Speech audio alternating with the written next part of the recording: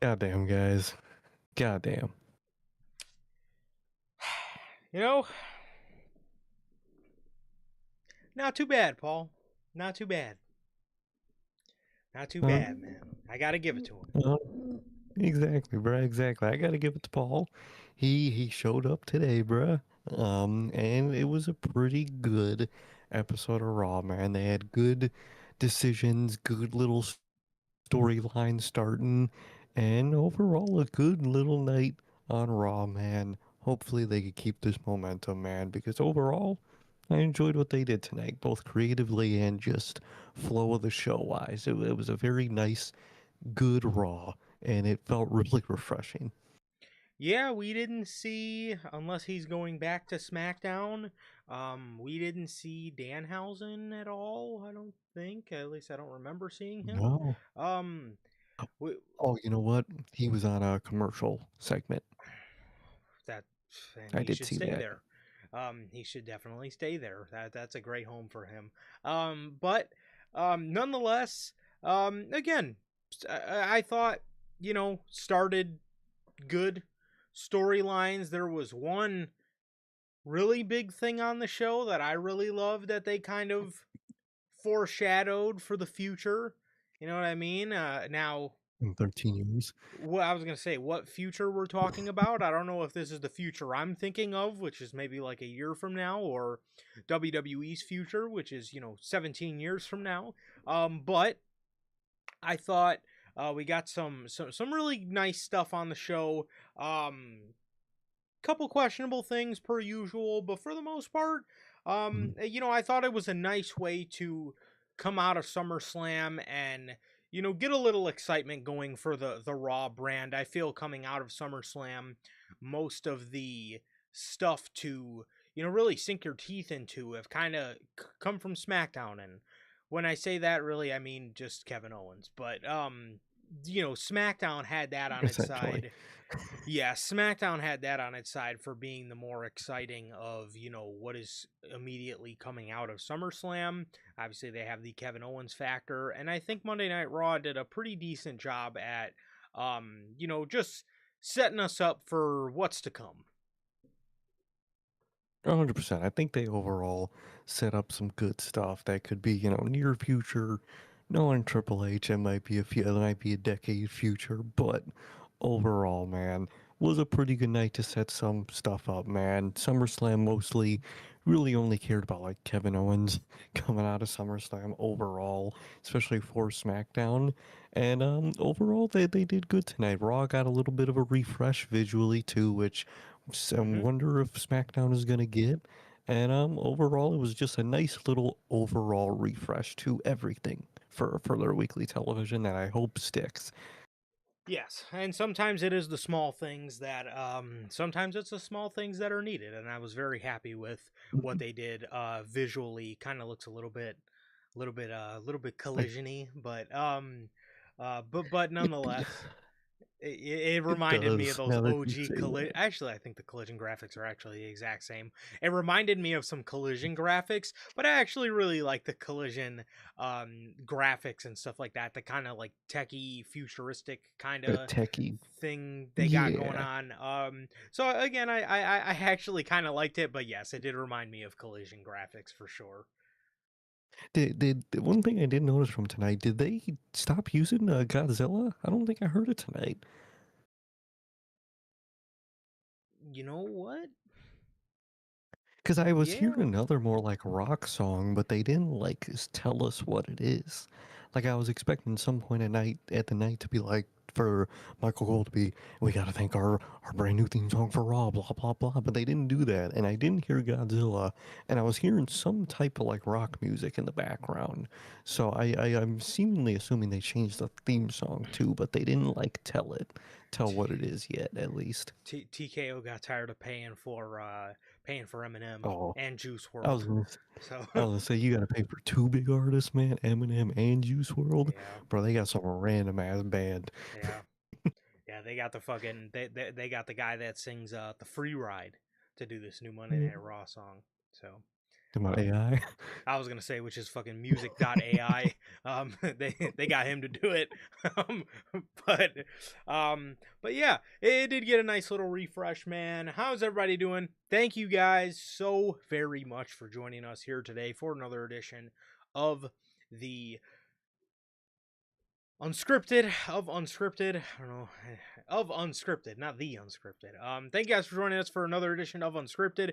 Thank you guys. As always, this is episode 311. This is your first time watching, guys. Do not know the show works. Every Monday, we're on here after Raw with Unscripted. And every Friday at 3 p.m. Central, we are on here with the news and for the pay-per-views for both WWE and AEW. We are live directly after the show goes off the air with the official post-show review. Speaking of which, if you guys did miss everything from the weekend, SummerSlam Night 1, SummerSlam Night 2, and Friday's edition of the news, all of those are available for you guys on all platforms. That is Spotify, Apple Podcasts, and if you want to see it first, join us right here live. Like I said, every Friday at 3 p.m. Central for the news and for the pay-per-views for both WWE and AEW directly after with the post-show review. Speaking of which, if you guys did miss, if you guys have not got a chance to get your hands on some of the official NHP merchandise, you guys can now find this live on the merch shop. That is bonfire.com. Links at the top of the description of this very video, man, where you can find the slept on since 2020 design, as well as all the other OG designs live on there as we speak, man. Again, that is bonfire.com. Links at the top of the description of this very video, man. Also, if this is your first time watching and you do not know who your boys here at NHP are, I am Johnny, one half of the host of this very show. And as for the other half, we got none other than Mr. Potty Pants himself. We got Sir K, man. Sir K, go ahead and let the people know what it is you are smiling about today.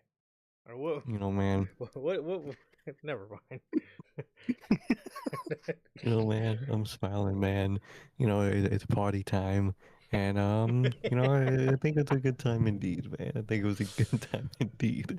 And, you know, coming down from what was a very good weekend, man. Obviously, night one of SummerSlam did not go, you know, well for WWE, but overall, very good weekend, man. Saw Spider-Man twice, got a good night too, and coming out of the weekend, man, we get an overall shockingly good and refreshing episode of Monday Night Raw, man. So it's been good. Last few days have been good, man, and just enjoying, just enjoying what we have when we can have it, man. And that's all you can really do. Been enjoying the week, man. I'm excited for this week. I'm excited, just to see. Is there not a pay-per-view and a technical full pay-per-view for WWE until Money in the Bank? I Yeah. thought I saw that. Yeah. Wow. Yep. I think I saw that's their biggest gap since like the 80s or something in Wow. pay-per-views, which is fucking insane. Well, how But could you I say mean, that, man? We have Sunday night's main event coming up. I think it technically also includes that, which I saw too, which is crazy. If you even A want to, if month? you do count that, it actually counts that too, which is Really? crazy. But Huh. it's wild, man. Wild Sunday night's main event, man. I know that's where they're gonna stick KO and Punk. I fucking know it, dude. We got I'm what? 3. We should have probably yeah, 3 AEW pay-per-views before the next, WWE pay-per-view. Again, not counting Sunday night's main event. yeah. Yeah, because we should We have got All All In, In, All All Out, Out, and and Wrestle Dream. yep. Damn. Holy shit, man. That's crazy, man. That's crazy. But I'm doing good, man. I'm doing good. Coming off 2 great back-to-back pay-per-view weekends, man. Very great weekends, man. Very great time. And just been chilling out, man. Just been chilling out and just waiting for these AEW ones now. We're seemingly on this AEW stretch. And All In's looking pretty good. All Out, obviously. Logan's gonna be there with me and you, and Yep. that's looking good. And Gotti might even join us this time, man. So Oh, we'll see. I'm excited, man. So He's everything's looking up and looking exactly. We'll see. he might be a fake demon I again. actually forgot he card might be subject to change with Gotti. We don't know, man. But for Logan, he's gonna be there. Pencil it in. Buy your tickets right now, man, because he gonna be there with us. But I'm doing good, man. I'm doing good. Just been chilling out, and like Toronto always asks, how's life? How's the family? Life's good. Family's good. How is everybody doing? In the live chat, we're doing watching the replay. What about you, bro? How are you doing? Um, doing all right, man. Doing all right. I actually was wrong. I thought Wrestle Dream was on the 12th. The 12th is a I Monday, think it's so on the 15th. it's not on the 12th. It's on the 17th, and Money in the Bank is on the 10th. So it is the um weekend. So it'll be back to back weekends. It'll be Money in the Bank and then Wrestle Dream. Um, Oh, okay. so there's that. But um Yeah, so but technically still we'll have two AEW pay-per-views before the next WWE pay-per-view. Um doing all right, man. Doing all right. Was shocked a little bit today by the episode of Monday Night Raw that we got. Um Also uh got some pretty other news, some other news. That was pretty shocking about an hour ago. Um Yeah. I'll say this. Uh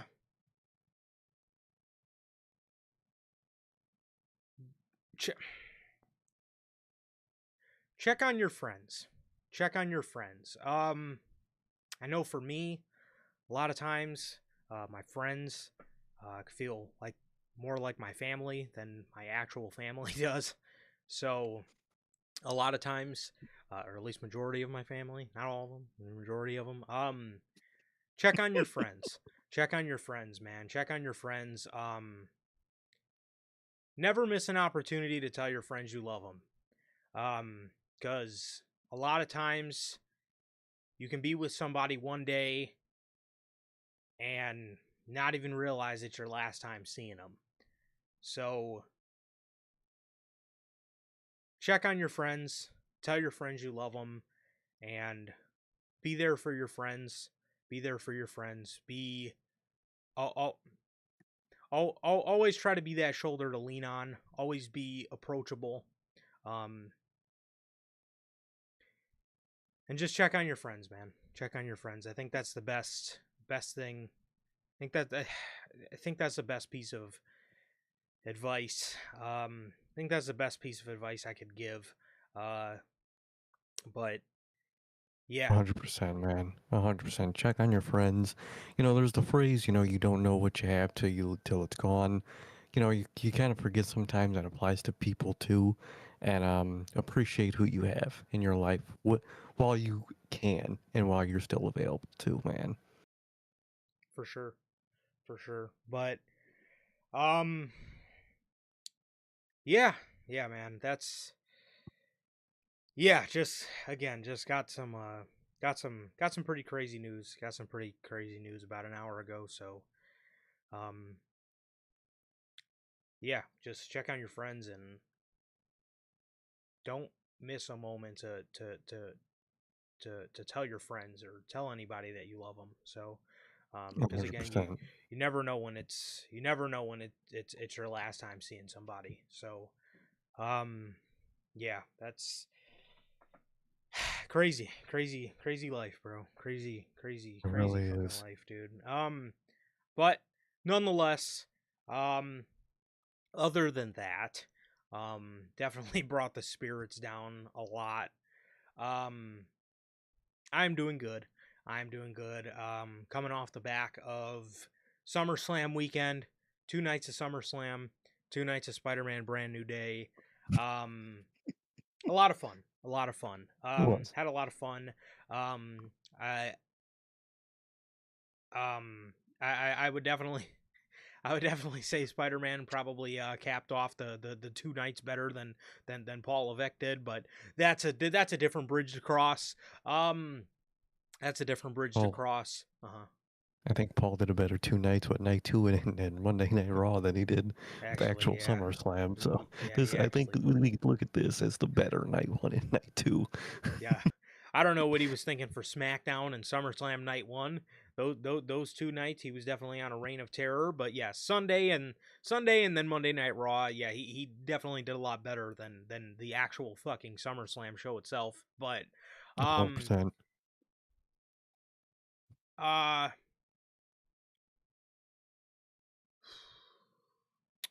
what was I saying?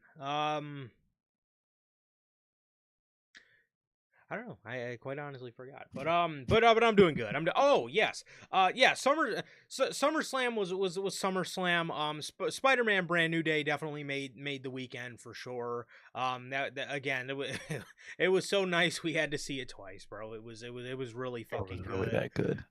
It was really that good, man. And I'm excited.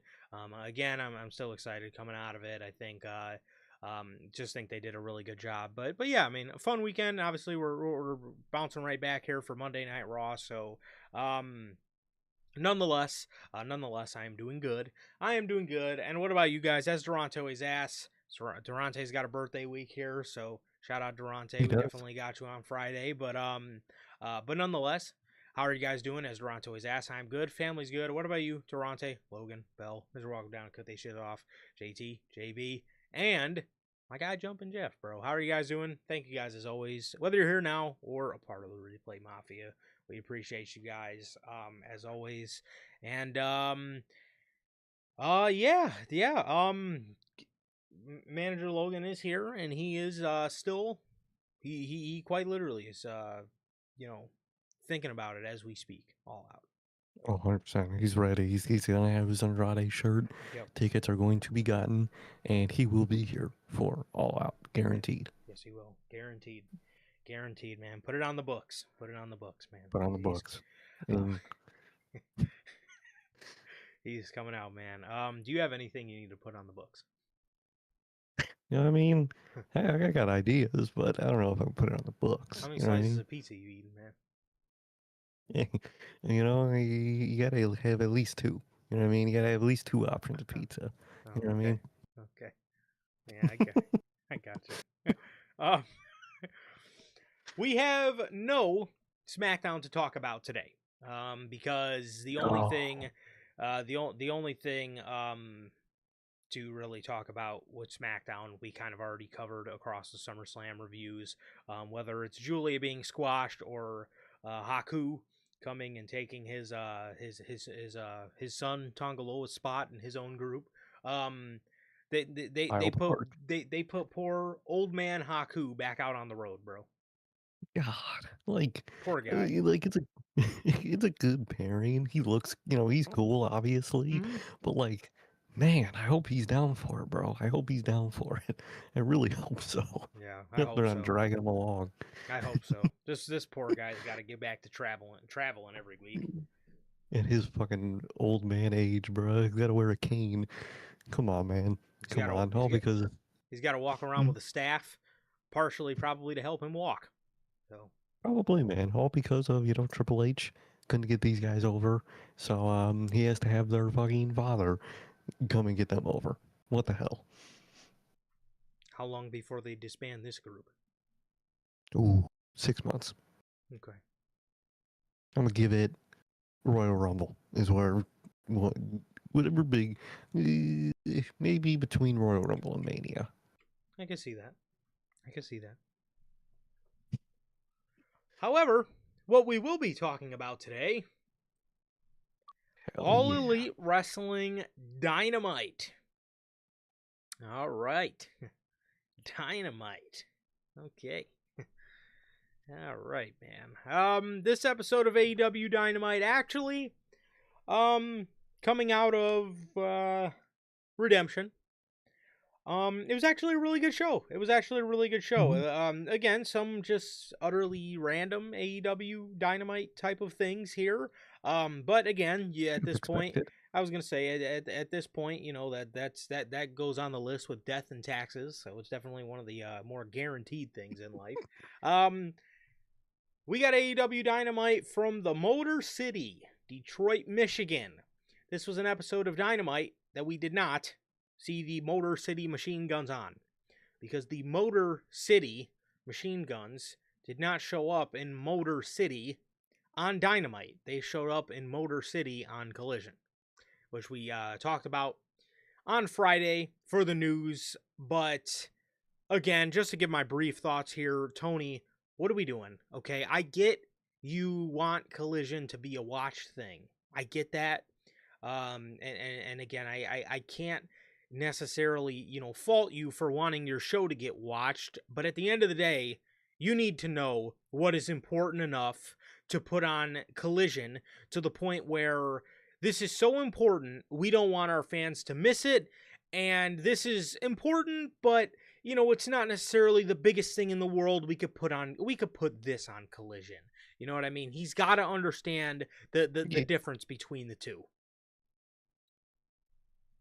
he has to, man. He has to learn the balance between, where to try to put something decently sized on Collision and where to know its size and knowing to put it on Dynamite, man. At the end of the day, Motor City Machine Gun should have just been on Dynamite. That's just how it is, man. And it was a really missed mark to put them on Collision, man. It was just, they're bigger than Collision. They're just one of those things that are bigger than Collision on Arrival, and they should have been treated as such. 100%. 100%. Again, it's like you can put things that matter on Collision, but why are you putting things on Collision where it's so big? Most of your fan base has been anticipating this and really want to see it. So let's put it on a show that nobody watches. Again, like the return of Adam Page, like the debut of Motor City Machine Guns, like some of those Will Ospreay and John Moxley segments. To put those on Collision, Cheated. that's different. That's different. That's something that, yes, it's important, but at the end of the day, if you do miss it, it's not the end of the world. And it is something, if your fans want to dig a little bit deeper into the story, they will go, if they care about the story enough, and go and watch it. Just like I did. If I cared about the Moxley and Ospreay segments enough, which I did, whenever they would do something cool on Collision or have a cool segment on Collision, I would go and watch that part of Collision because I want to see it. But at the end of the day, you gotta understand what is too big to put on Collision. And Motor City Machine Guns debuting was something that has been anticipated since the moment these guys have walked out of the doors at WWE. The moment they got that call telling them that they were released, an AEW debut was anticipated. And a lot of people wanted to see it, and I'm sure a lot of people watching Dynamite here tonight probably expected this. Just for you to give it to us on Collision. Wild, wild work. Very wild work. And like you said, you need to find that scale and balance. You put extra stuff to your storylines and moments and you put, building blocks there. You put, side those extra Osprey and Mox segments. You do all this stuff with the Don Callis family. You could put some extra Don Callis family in fighting on Collision. You could put, your contender matches to see who faces the national champion on a Dynamite, on the next Dynamite, on the Collision before. Like, that's the type of stuff you use Collision for. And you could use Collision for debuts and returns. But again, your scale. Like, if you're like want to use an ROH guy more on AEW side, but establish them on Collision first if you want to. You don't put MCMG on Collision on their debut when people expected the big moment on Dynamite. That's just not the scale that you need there. Not at all. Not at all, man. So Motor City pulls up on Collision. Um and they pretty much just cut a promo just basically saying that they're home and they are here to stay in AEW, and this they the typical run of the mill. They had to come to AEW. They want to be in Well, AEW and all this for the stuff. best So wrestle. Don't remember. hey, Don't forget it's for the best wrestle. it is where the best wrestle. I, It's also where the best no sell. Very important spots. Mm, oh yeah, we're the best no sell. Very important, very correctly put spots, man. Yep. That's where they do a bunch of no selling, man. I Exactly. think Tony Khan might put it in your contract to say we're the best wrestle at least once in your AEW tenure. And it's got to be in your contract at least once if you sign with them because dead ass everyone has to at least say it once. It's wild. It's their catchphrase, man. That's their It is version their of then now forever together. together. I hate the together part, man. So Oh. corny. So So corny. corny, man. Then now forever. All right, boom. You got your little legacy shit right there, man. But like, dog, together. Come on, that's just doing too much. And we're Oh, the best to wrestle. yeah. Come on. We're all together. We're all together, man, for WWE on this journey. You know, doesn't that just warm Yeah. your heart? No, no, it doesn't warm my heart. Oh God. I All right. mean, like, there's some stuff that warms my heart, but Oh not that. my God. Well, nonetheless, something that warmed my heart was this opening promo here, or this opening segment here, which featured Will Ospreay walking into the Dynamite Amphitheater that they were at, and the Death Riders are waiting in an alleyway for him. They walk up to him, and Daniel Garcia calls him Young Boy Billy, and he goes to say something to him, and Will Ospreay back elbows the shit out of Daniel Garcia. He falls to the ground. Damn. Damn. Moxley looks at Ospreay. He says, "Are you sure you want to do that?" Will tells them to get out of his way. He said, "I did what I did on Sunday because I don't need you pulling the trigger for me." He walks off. They let him walk by.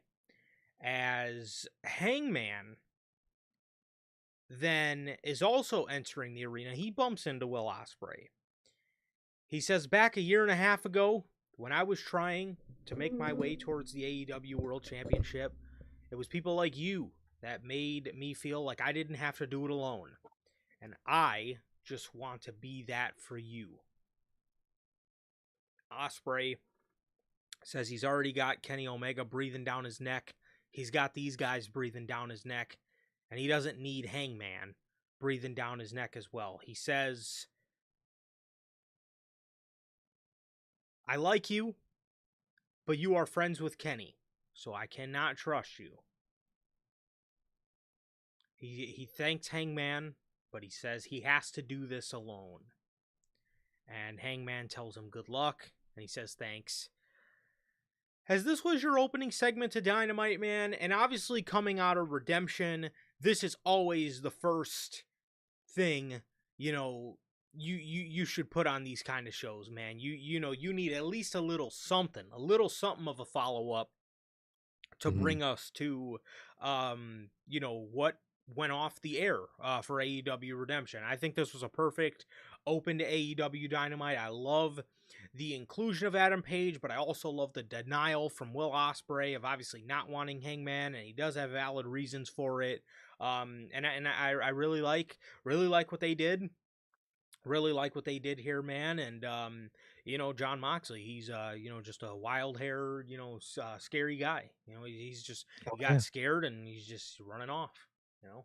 He got scared, ran off, man. He ran off to a fucking upstart, because he was so scared, man. And he's just wild hair, I mean, the bald guy is just wild hair.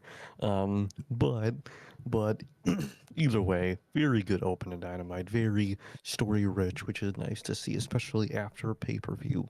You want to kind of continue the ending to the pay per view at the start of your next show. That's what they did, thankfully, man. And I liked it. I liked the interaction that they all had, man. I liked Hangman's inclusion. I like his dynamic with Will Ospreay. I like the kind of Will Ospreay seemingly, even without even probably realizing it, burning all his friendship bridges before All In, man. And I think after All In is really when they're gonna get burned.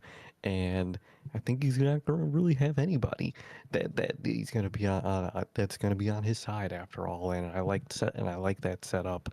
I like the overall story they're telling with Will Ospreay. I like the dynamic with Hangman. I like the mentality he has of, kind of not trusting anybody at this point. And I think, in a way, it's gonna bite him in the ass. He's really on his brand new day arc, where he just doesn't he just wants to be a loner. And I think it's gonna I don't think he realizes how bad in the long run that's gonna be for him, man. I like the little story they got going on. I like that opener. And again, it was a nice fun opener. I love seeing Death Riders. I love Will Ospreay. Hangman was great, obviously, and very story rich and very very nice to see to open Dynamite. It was. It was. So, yes, this is your open to AEW Dynamite. Your opening match for Dynamite was Andrade defending the national championship against Jack Perry and Nick Wayne. Who the hell created this match? And why? This is the epitome of random dynamite matches, bro. Like what is this? How did this happen? Why were these two people picked to face him? Why was he picked to face them and defend his title? No clue, man. No clue. Obviously, Andrade defending his title instantly, like the real Latino man he is, man. And love Andrade. Love seeing him. And pretty nonsensical match, but great seeing him nonetheless. 100%. 100%. He defeats Jack Perry and Nick Wayne to the surprise of absolutely nobody. He gets a... Tony Schiavone jumps in the ring, and this fucking guy's so awkward. He says to Andrade, next week at Grand Slam Mexico, there's going to be a number one entrant match for the Casino Battle Royale at All In. Mm-hmm. So he and then he gets real close to Andrade, and he's like, "Is that something you think you'd like?" And he's all fucking happy, and I'm like, "Why?" It was so fucking awkward, but typical Andrade. Makes light out of these situations because he says to Tony, to answer your question, I have a question.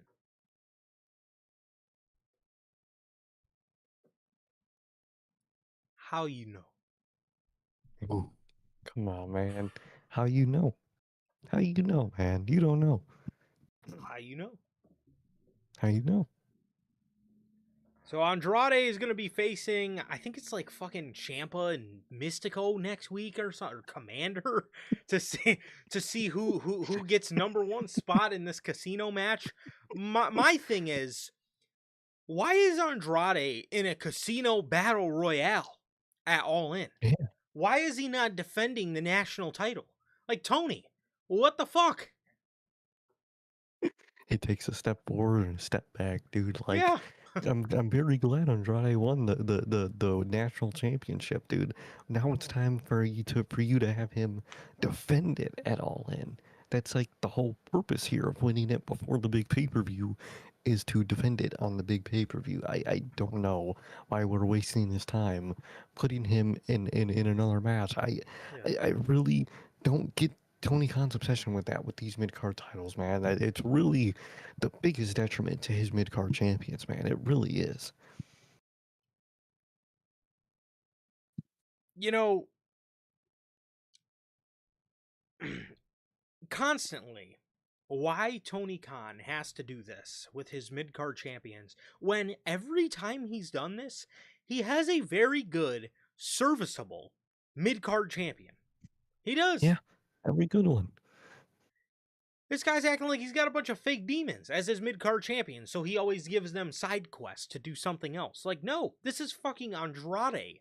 Have him defend the national championship that you just put on him. Exactly. It's really that simple. Is you just defend the title that he has. Why is he going for more world title when he has mid card title? I despise that, especially in AEW because it's so common, and I just don't get that, man. I really don't get it. I don't either. Bell is in the chat. And so is Mr. How you Walking doing, Down. Mel? Mr. Walking Down and walk down to Sean Bird for All Out. We got my guy Gotti Exactly. here, bro. How you doing? How are you guys? How are you guys? How are you guys doing? Bell? Bell's going off. Bell's going off in the chat here. She's going off on the sickos. Says Roman shoots on Mox after SummerSlam as a shoot on Punk and Cody. You know, Punk and Cody, they ran away like Moxley did. Exactly. Roman did say little things, Little, that were a dig at Mox. I think. I a maybe little not bit. maybe not a dig. Maybe he doesn't think they're a dig. I could see how they're interpreted as digs. I mean, Yeah. did him and Seth stay and hold the fort down? Stick it out. Yeah. Yeah, they did, but I don't like how they try to make it sound so shameful that like Yeah. like or like Michael People Cole leave. even Michael Cole on commentary was just like, Roman and Seth are the two guys out of the Shield that stayed. I'm like, let's be honest. John Moxley is on a completely different fucking paradigm than Dean Ambrose, okay? Dean Oh, Ambrose was yeah. terrible. He was He was absolutely garbage. terrible. So bad to the point where he needed to be John Moxley. So all these little, me and you held the fort down and, Ambrose was a wild hair. He was a wild hair because of what? Because he liked death matches? Because he didn't like wrestling boring ass Dean Ambrose style? Like It's gonna. what is wild hair about that? He has a different style? Like those are to me. Now when he's talking about when he's talking about I can see, he did say something along the lines of you know I didn't have to run out of the company or whatever. I could see how that is maybe a dig at Roman and Punk, but there were things that I think were blatantly towards Moxley. He's Exactly. a There wild was hair. some digs. Exactly. So he's a wild hair. There were some digs at Moxley, especially from commentary on that match, man. But overall, obviously the main digs were at the people they don't like, which are, Cody and Punk. But it's also with that same mentality of like, oh, we held down the fort, you guys left. If neither of them left, they wouldn't have been able to come back and help hold down the fort at the end of the day. Like it's just that weird ass like in company tribalism mentality that they have that just shines through in moments like that. That's just like I get, and like every company wants the people that like stick out for the company and are logo soldiers, but like they live that shit, and it's a little extra sometimes. And it gets to a point sometimes where I'm like, all right, you gotta say it that much. Yeah, yeah. I get I get both sides of it. Yeah, I get their pride, but I think sometimes the way it comes off is they try to shame people for yeah. doing It's it, and it's it's like, again, I get their pride. I get their pride because if I was in their shoes, I would probably feel the same way, but again, that's not to me that's not a reason to shame any. Everybody's got a different story, right? yeah, So things that they did to exactly. things that they did to Mox aren't things they did to Roman and Seth.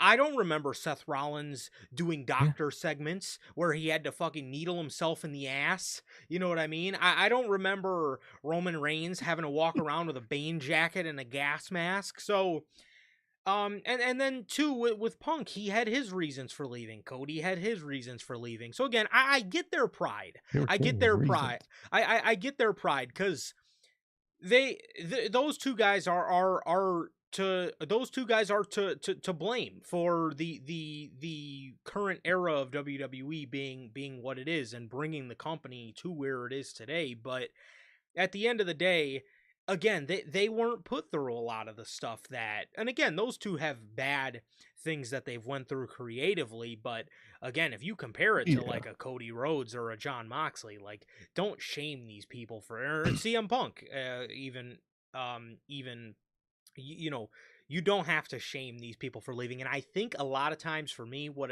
gets annoying is they say it in such a way, and they have their commentary team say it in such a way where it does feel shameful in a way, like, oh, Yeah. these guys left. You know what I mean? Where um it's a different tone when they speak on somebody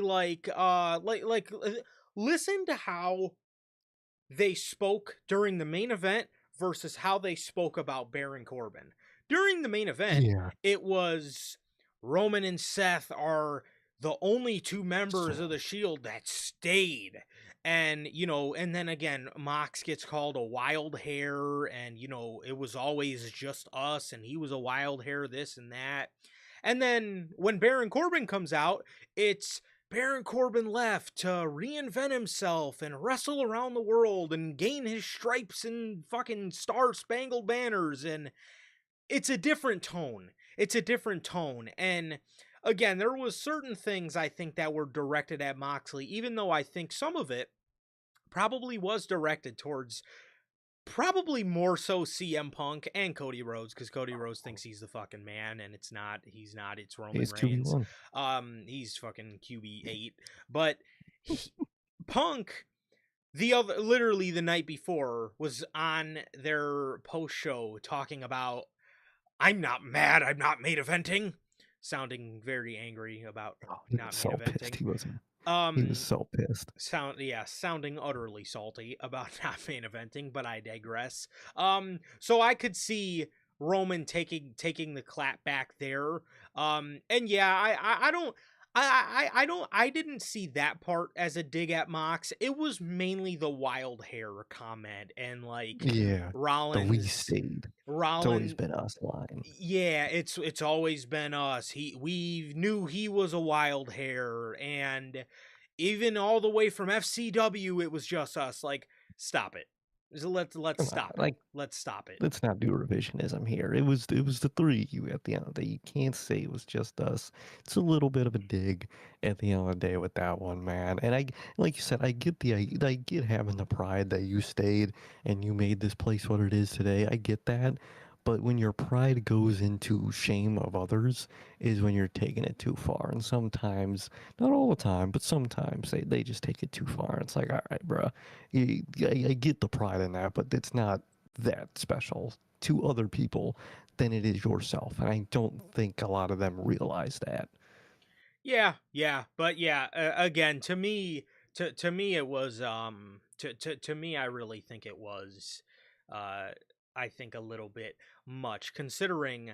And I don't think there's any beef there with Moxley at No, all. I no mean, again, beef, but like, they paid homage to him in their match, but at the end of the day, there was no reason to go make a comment like that, because yeah, John Moxley went through different stuff than you two. You guys he would did. have never been put in a position to. Now, Romans went out there and did a lot of dumb shit. He's went out there and did Suffering Succotash and got dog food dumped on him, and Seth Rollins had the Hell in a Cell.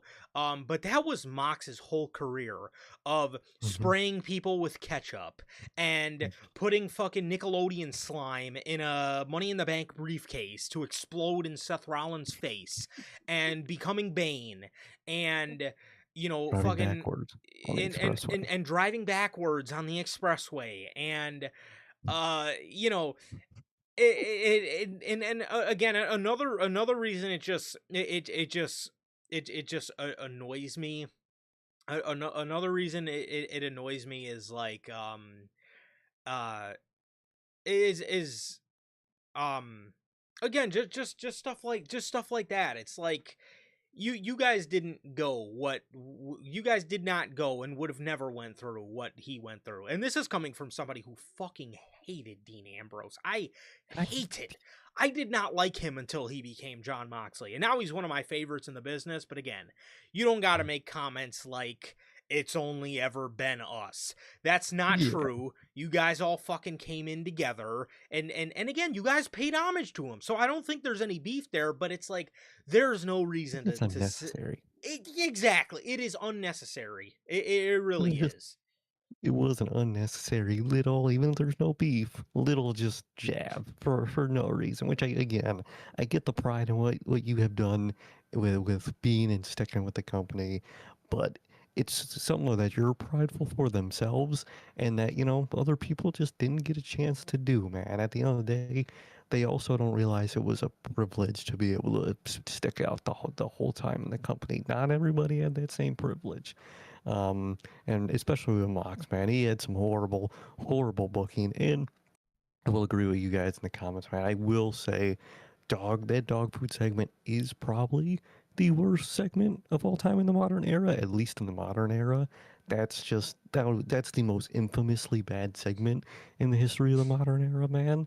But for Mox, it was constantly just very bad segments and character stuff and moments. He wore a gas mask because he thought the crowd stunk, and he was getting needles in his ass, and it was bad, dude.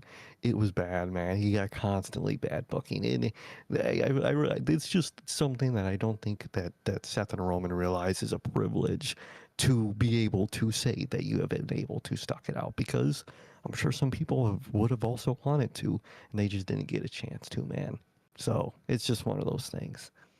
Yeah, 100%. And also too, um, yes, the Roman segment is the worst. That wasn't every week for Roman Reigns. For Yeah, John Moxley, exactly. That was the that weekly. was majority of what he did. That was majority of what he did was clown ass segments. Now Roman Reigns, again, out of all the segments I just named, yes, I would agree that is the worst one, but that was not every week for Roman That Reigns. was his weekly for Yes. Mox. Yes, that was at least damn near close to it. But yeah, again, the comments like that were what got me. Now again, the other stuff, I do believe he was clapping back at CM Punk, because I think CM Punk was trying to take digs Jabbing at at him. him, saying, Hmm. I don't care to not main event because I don't have it in my contract. It's like, let's calm down. You main evented WrestleManias because of both of those guys. So again, let's be a little appreciative Twice. there. Now again, Punk is a huge part of what made those main Those events matches big. great. But at the Yeah. end of the day, we all know 9 times out of 10 he's probably not getting that main event if he's doing anything else with somebody not named Roman Reigns, because and I can probably um say with, if The Rock would have got involved at WrestleMania 40, if he would have still been involved and they still did that tag match with Seth Rollins, the original plan that was to main event night 1 with Punk and Rollins, if The Rock interjects himself, Punk is probably not main eventing that show. Again, if The No, Rock you're doesn't right. get involved, he probably does main event. But if The Rock wanted to be involved that bad, which he would have, because TKO fucking offered him that payday when they bought the company and they offered him that extra 8 mil, Rock was going to be on that show, and Punk more than likely was not main eventing that show if that main event still went back to Cody. So, it would have been that Rollins and Rhodes versus Rock and Roman tag match. Punk and Rollins would have opened night 1, and Roman and Cody would have closed night 2.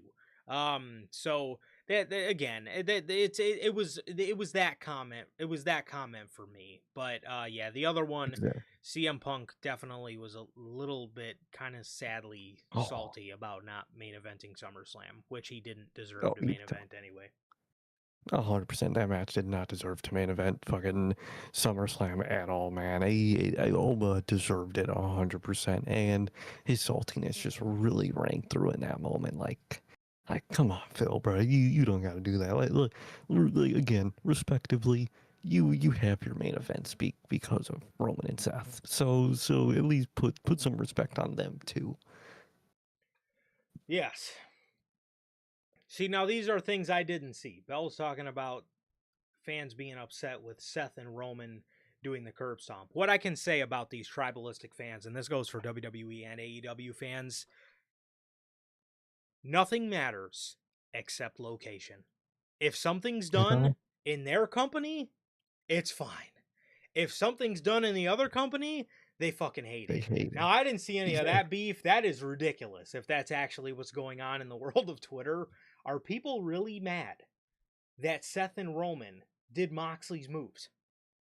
Because I hope not, because it's like, brother, what he does there? He does the stomp. yes, He's done the guillotine moments and shit. yes, Like yes. he's referenced them before. Oh man, that's Twitter is just hilarious, man. And this is It really is all about location. this is why I stay off Twitter majority of the time. You Because got to. yeah, I didn't know that. Now that again, and again, you can take you can take it with a grain of salt because again, like we've been talking about. And I'm never gonna forget these spots now, just because of the Oh yeah. ridiculousness we had to defend. You know, think about it like this, Bell, and this is truly the beauty of tribalism in professional wrestling. This is truly the beauty of it. Will Ospreay and Swerve Strickland, uh, no sell each other's finishers in the main event of Redemption. You know what I mean? We see a house call that is no sold. We seen a hidden blade that was no sold. Okay, we get to Redemption and we infamously see Nick Jackson hit Will Ospreay hit a 450 on Nick Jackson, and Nick Jackson gets up and does the super kick. Twitter burns Oh. down, Mm-hmm. legitimately burns down. Like in between matches, when they're playing their video packages, I'm looking and everybody's just fucking pissed, right? Freaking out. I did not see one tweet Not one. about Cody Rhodes no selling a GTS, and I didn't see one tweet or comment about Seth Rollins no selling a Superman punch. And so Sir K said it on the pay-per-view review Not. yesterday and the day before. It is all about location. It is all about fucking location. It is nothing more Exactly. than the logo on the mat. If there's an AEW logo in the middle of that ring, Twitter is gonna fucking burn down. If it's a Wingstop logo in the middle of that ring, then nobody cares. Nobody cares. Exactly. And then there's the reverse, like Bell mentions, with like AEW fans and the Mox stuff. They do Yes. Mox new moves, end of the world, man. Mox does their move, cool little references. Yes. You can never win. And then that's another great phrase when it comes to Twitter, man. You can never win. No matter what you do, somebody on some side doesn't like it. And it's just how it is, man. It's just how it is. It's so stupid, and yes, both fan bases do it. AEW fans are notorious for the same kind of shit. Oh my god, I can't wait for AJ to come back and AJ to come into AEW and yada yada yada. And then when AJ doesn't come in, he's back to being a WWE soldier and a fucking homophobe and all this shit. And everybody's pulling up old clips now. All these AEW Yeah. fans are pulling up old clips and look at what AJ said in fucking 2003. Do we remember this? How can we hold him? How can we not hold him Fucking to this? compatible. Yeah, and you know, Will Ospreay, you know, becomes a fucking monster. You know, I mean, Oh, fuck. it's what they It's do. just, It's what they it's do. what But they do. yeah, yeah. But yes, that is actually quite ridiculous. It's actually quite ridiculous. I did not know that fans are mad at AEW fans are mad at Seth and Roman for doing Moxley's moves. In fact, even though I fucking hate the lunatic lariat, I actually thought that was really cool. I thought that was really That was cool a fun because little reference. how do you do that match without a reference towards Moxley? One thing I would have really liked if they did when they did the Shield Fist, when they were, you know, back in the day, it was usually Roman in the middle, and it was Seth to one side and Ambrose to the other. I would have liked if they did that, like, and you know, kind of left And that like left spot that spot open. open. Yeah, I would have liked that. I would have liked that a lot, man. And that's just a mark for me for this move. I would love if one of them did the bulldog choke. I just love that fucking move, dude. But either way, I loved the references myself. I thought I popped for him huge. yeah. Bell is back. Bell, are you back? You back? Are you back? When did you come That's back dope. to wrestle? Is this a recent thing? It's a recent thing. Is At it the World after Cup end, who won? Spain?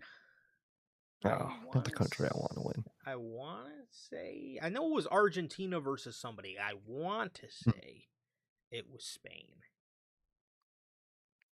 That's what I saw too at Bell. I saw the mask as like him standing there, quote unquote, Okay. and that was very cool. I get. Yeah, I think yeah, that's that what makes I think sense. that's why they put it on the ground. I think that was the point of that. Yeah. Okay. Okay, that makes sense. But yeah, I love seeing everybody kind of make images The of little like edits. a ghost of him standing there Pretty dope, pretty dope. So it Did was you cool. Hmm. see Kurt posted a version of him Yes, standing I there? fucking did. That is goated. He is the That's fourth goated. member of the Shield. He is the secret fourth member of the Shield, bro. Kurt Angle. Did somebody edit a chair in one of those? Oh, Did we get the bro, Shield someone chair? should have. That's a missed opportunity from Twitter if someone didn't edit the Shield chair in the middle of those two. Yeah, but what do you know? What do you know? IWC, you gotta love them. You gotta love Gotta love them. them.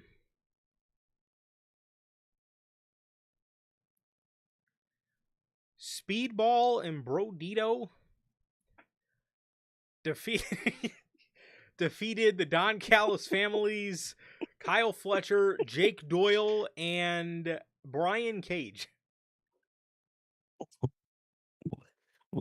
More Dynamite random matches, dude. See It's what I mean? classic. See what I mean? Few guarantees in life.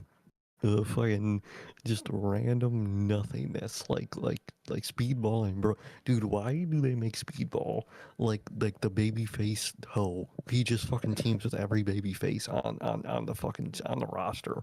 I don't get it. I don't know. We gotta ask Speedball, bro. We have to ask Exactly. Speedball. Are you a baby face hoe? Are you the baby face hoe? He might be because they have him team with every baby face. Yes, they do. They do. He's with Kevin Knight, teaming with Hangman Page. Then they're teaming with Mystico. Now he's teaming with Brodito. I don't They're teaming with like understand. conglomeration. It's like, dude, who are your friends? You're just friends with everybody. He's dead ass. He's God just the damn, man, bro. They love him back there. They love they him, do love him. except for MVP. MVP hates him. MVP does hate him for some reason that somebody believed. So, um, we get a Young Bucks and CNC sit down. This is pretty much just like a 3-minute little sit down segment where they were pretty much just hyping up the match. They were talking about how this was a dream match they didn't think was going to happen. Edge tells the Young Bucks, he knows they won't say it, but he's going to say it. That they changed tag team wrestling. So, it's beautiful stuff there by Cope. Beautiful stuff by Cope. So, Christian kind of chimes in, basically says, I know you guys think this is our greatest hits tour, but once you get in there with us, you're going to realize it's a lot harder. And yeah, it was a pretty nice segment, pretty nice for the, first encounter on the build to All In for these two teams here. 100%, man. If this is seemingly just the match they're going with, it was a nice little first encounter for these two groups. Little references here and there, Edge being Edge, and it wasn't bad. I liked it. Yes. Maya World defeated Persephone, which has Really doing sparked, Persephone, man. WWE, really upset about what WWE or about what AEW Really is doing. upset.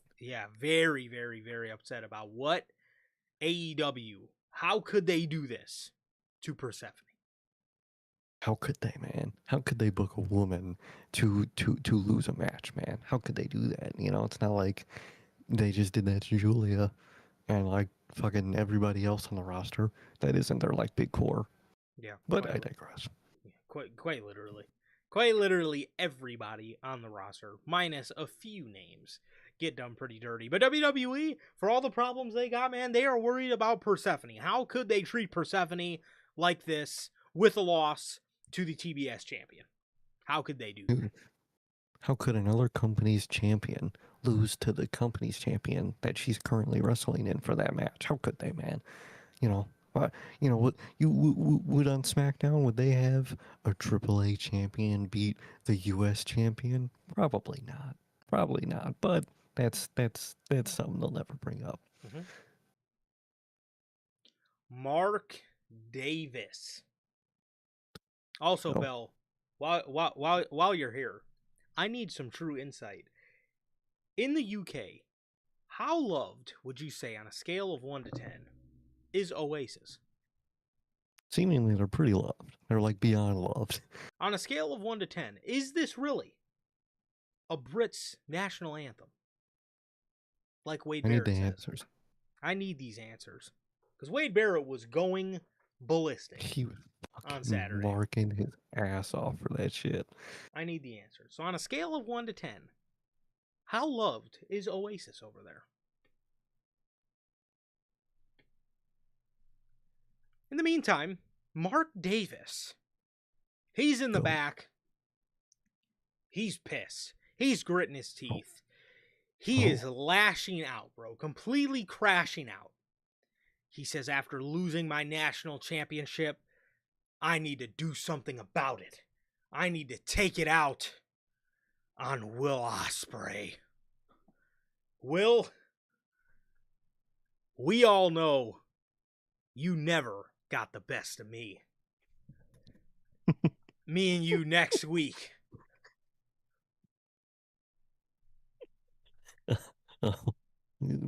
Mark, what?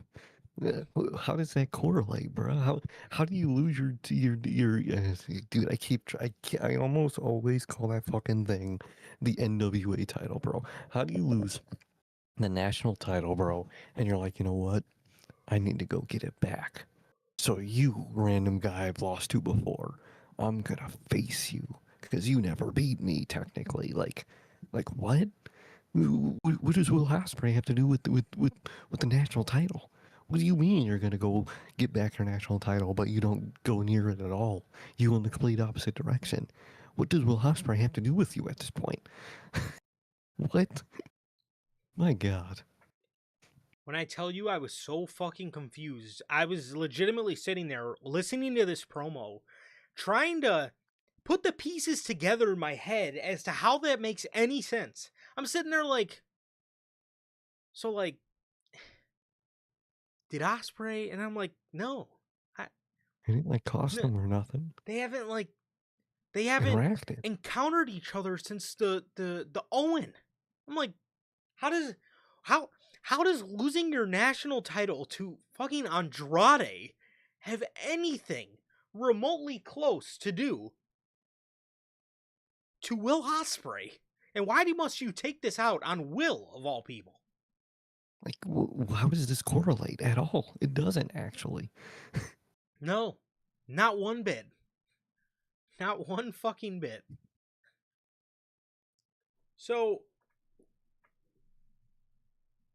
he's gonna take it out on Will Ospreay at Grand Slam next week because he lost the national title. Oh, okay. I don't know what facing Will Ospreay in Mexico is going to do for you, but and more than likely probably losing in Mexico is it going to do for you, but I digress. Yep. Now instead of being a loser in the States, he's gonna be a loser in Mexico. That's Exactly. the only thing that changes there. I was going to say the only difference is location. Willow Nightingale is out there celebrating her TBS champion or her AEW women's title victory. She is brought to tears by the fans and their reception.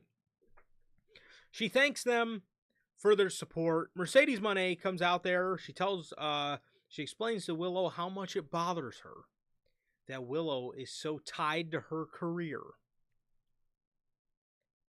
Then the Divine Dominion come out and they come out and attack Willow Nightingale, and the Brawling Birds save Oh my God. Willow Nightingale.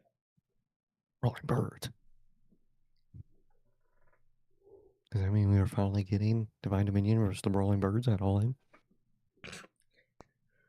Does that finally mean that? Where you get the long overdue match of Divine Dominion and Brawling Birds? It seems this is the case.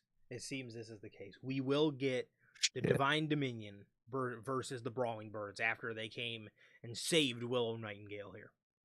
You know, some AEW for an AEW fan on Twitter with the possibility of this match.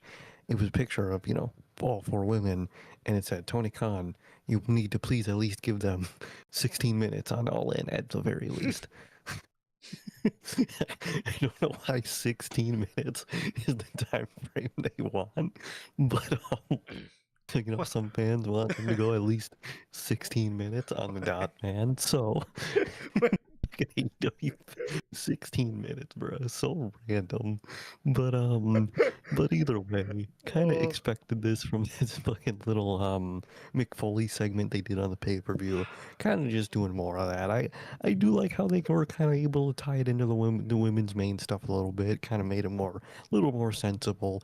Coming to the defense of Willow, it's fine. And they just have to go at least 16 minutes. AEW fans, bro. They want Hilarious. the Divine Dominion and the Brawling Birds to go 16 minutes.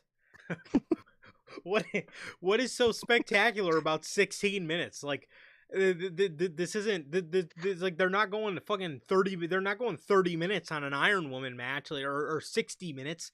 What is so spectacular about a 16-minute match for these fans, bro? Why must they go 16 minutes? I just saw that tweet and I couldn't forget it, bro. How do you forget just, he wants them to go at least 16 minutes, bro. Holy fuck. Go to tweet, bro. Go to tweet. Yeah, the The fan segment, base is hilarious. they're the best. The segment was fine. Willow, it was obviously cool seeing the reception and the support from the crowd. I think that was really cool. As you can tell, it obviously meant a lot to her. Again, it is hard to watch this feud and not just kind of feel a little bad for Willow, because I really just kind of feel like she's about to be like a super transitional champion here. And she's just there to aid Mercedes Moné winning her first AEW women's world title. But again, so that again for me makes it a little hard to get into. Again, not really too big of this match kind of taking place anyway. Again, it's not the worst thing in the world, but at the end of the day, I think there was other things we could have and should have put our focus on in the women's division. But at the end of the day, again, the segment wasn't too bad, and it is it was nice dialogue between the two, and obviously I love Mercedes kind of bringing up how the more these two's careers go on, the more they are kind of tied together.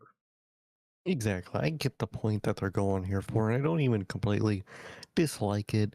It's just not what I would I have chosen for All In. I definitely would have kept Tekla as the champion going in and have just Mercedes just face Tekla and beat Tekla at All In. I think that would have been a newer thing we would have got overall. And again, this isn't bad. It's just not what I wanted, really. I like Willow, and I'm really glad Willow got to be world champion so far. But I think they undermined it. Her first world title, man. I think you could have made it in a bigger, better setting than this. Than just seemingly more than likely a transitional champion. Kind of sucks for both parties here. Again, not that it's bad. I just think they had better options going into All In, man. So they're continuing their story. It's not bad, man. But it's can't believe I'm saying this. It's got me wanting Tekla in that spot, at least till All In. Mm-hmm. For sure. John Moxley defeats Commander here on Dynamite. Moving on. More The random Dynamite matches. what the fuck? Like what is that match, bro? Next up, the Demand defeat the Conglomeration for the AEW World Trios Championships. Man, just get rid of those trios titles, bro. I've been saying it for weeks now, man. You just have tag titles, bro. The demand, the demand. What did they say on the pay per view? What was that stupid When you're catchphrase they in said on the pay per demand, view? you can make demands. Man, I think we're in demand right now, so I'm going to make demand to put that shit off of television, bro, because my God, at least they're not going to be stuck in backpacks anymore, so that's nice. But either way, conglomeration, demand, Shane Taylor Promotions, who cares? You know what I mean? Who cares about that trios division at its core? Yep. Belle's going to sleep. She didn't even answer my Oasis question. She's healing up on me, It's, dude. it's brutal. She's healing up, man. Yep. She's healing up. She turned heel on me, bro. She hates me now. It's ridiculous. It's crazy. It's It's crazy ridiculous. work. But yes, I did die at that line too. That was very That funny. was a great line, and man, oh, I always love seeing Becky, man. She is truly Oh a man. highlight of that division, bro. It was so Oh, nice and refreshing seeing her, bro. God damn. breath of fresh air. Holy hell. Breath And of then we'll fresh get to it, but I like the little more babyface side we got to see tonight. I like that. air. Agreed. The Demand defeat the conglomeration, and the Lethal Twist help the Demand win this match. And per Excalibur, he says the Lethal Twist. They're trying to sorry, I messed up. They're trying to earn membership into the Demand, which is why they help them win the Trios Championships. So Excalibur says the first half of the sentence right. Says he's sorry he messed up, and then just finishes the sentence that was the same sentence from the beginning. he says like, "Oh, I'm sorry, I messed up," and he's like, all he was doing was stuttering. Like he didn't even really mess anything up. Like, don't get me wrong, he was stuttering his ass off, but fucking, I'm like, for all the things you've said where you've actually messed up, You didn't mess up. You just didn't finish the line. What do you mean? I'm sorry, I messed it up. You just finished your line. Well, the Lethal Twist. Well, I fucking love Excalibur, dude. he's actually the best. I didn't know the Demand was like I didn't know they were offering out paid memberships to people. I didn't know that, Do you know man. that? I didn't know that. Didn't they do something like 3 or something Dynamites ago, where they like hired the Twist to like attack the conglomeration or something? Didn't That's they right. do that? That's right. Yeah. Okay, that's They took them out because they were trying to get membership in the group. remember. Wait. Wait. They're trying to get membership, but they have their own group. They're their own trio. Well, Why would they they want want to to be the merge. demand? We The want to lethal merge. they want to be the demanded Lethal Twist. You know? The demanded lethal twist, man. I'm gonna demand for all of them to be off of television at this point because, like, what you want to merge with, bro? You're your own trio. You like, I, I just, I don't know. What on earth could Ricochet offer you to join his forces, bro? What could he? What could he give you, bro? Being in Like, demand. oh man, oh god. Well, Lethal Twist wants to join the demand. So did they get so due to them helping them, does that mean they're in the demand now? I don't know. We gotta see if they were granted membership into the group. You know what's gonna happen, dude? Whether it's Collision or Dynamite, whatever they're over the regulate where they're sent to, they're gonna deny their request and then they're gonna face them for the trios title. 100% that's gonna happen, bro. Oh, the Lethal Again, Twist don't know why versus you the want me in Demand. the Okay. so ass. What the fuck is this trios division, dude? What is this? This Oh my trios division god. is horrible, bro.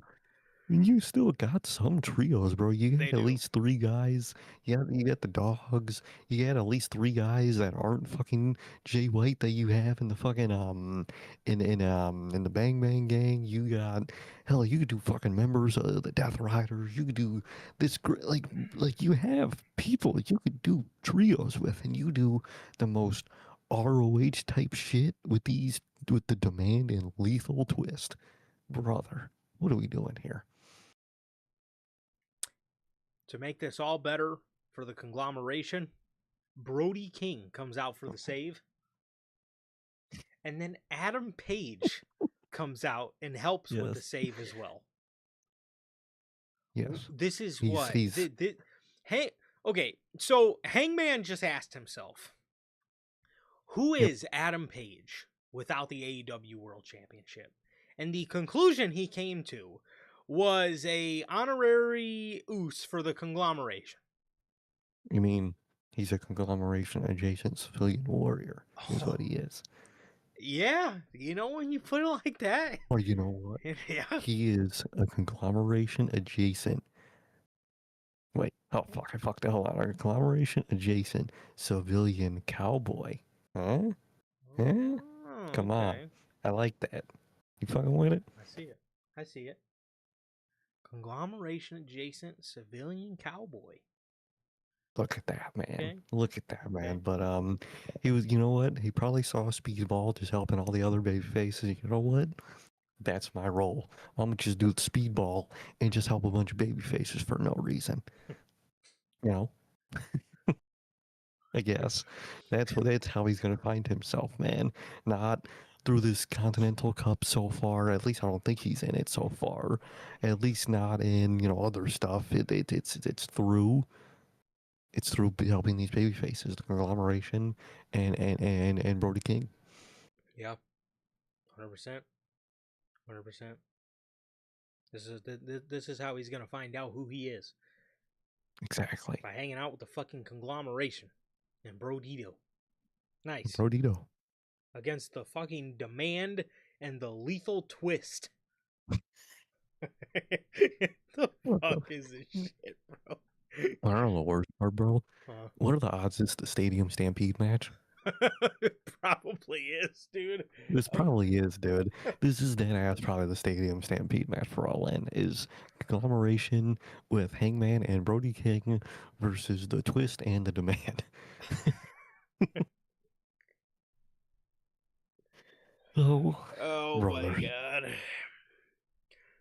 John Moxley, in a backstage promo, randomly brings up a Continental Cup. Hmm.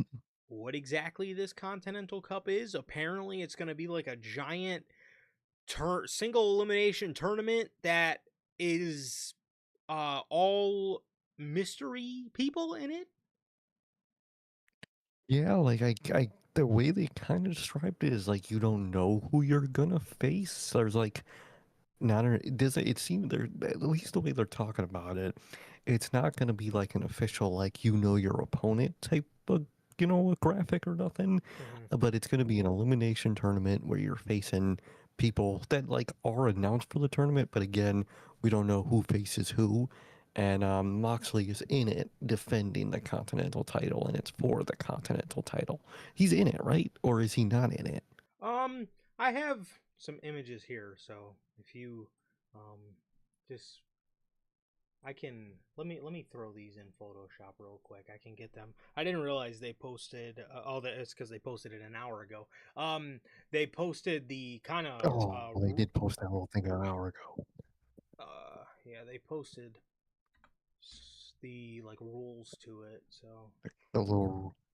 a Oh, conglomeration okay, adjacent that's what that. I rules. saw that image. I thought conglomeration adjacent rules for the Continental Cup. So it's interesting, man. I like the idea of it so far, and some of the names they announced so far are pretty good, from what I think I saw. So it's interesting. I like the idea, and they also kind of talk about it like it's a one-time thing. At least I wouldn't be shocked if Tony Khan makes it a yearly thing. I hope he doesn't.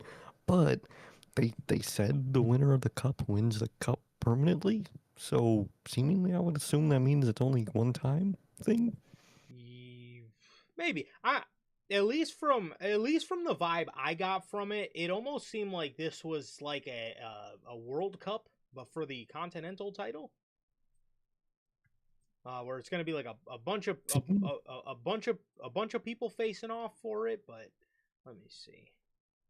Got Hmm, very interesting. Hmm. Yeah, I wish they were always, more upfront and honest when they announce these things than, just kind of just having it about, and you kind of got to figure it out as you go. literally. All right, let's see.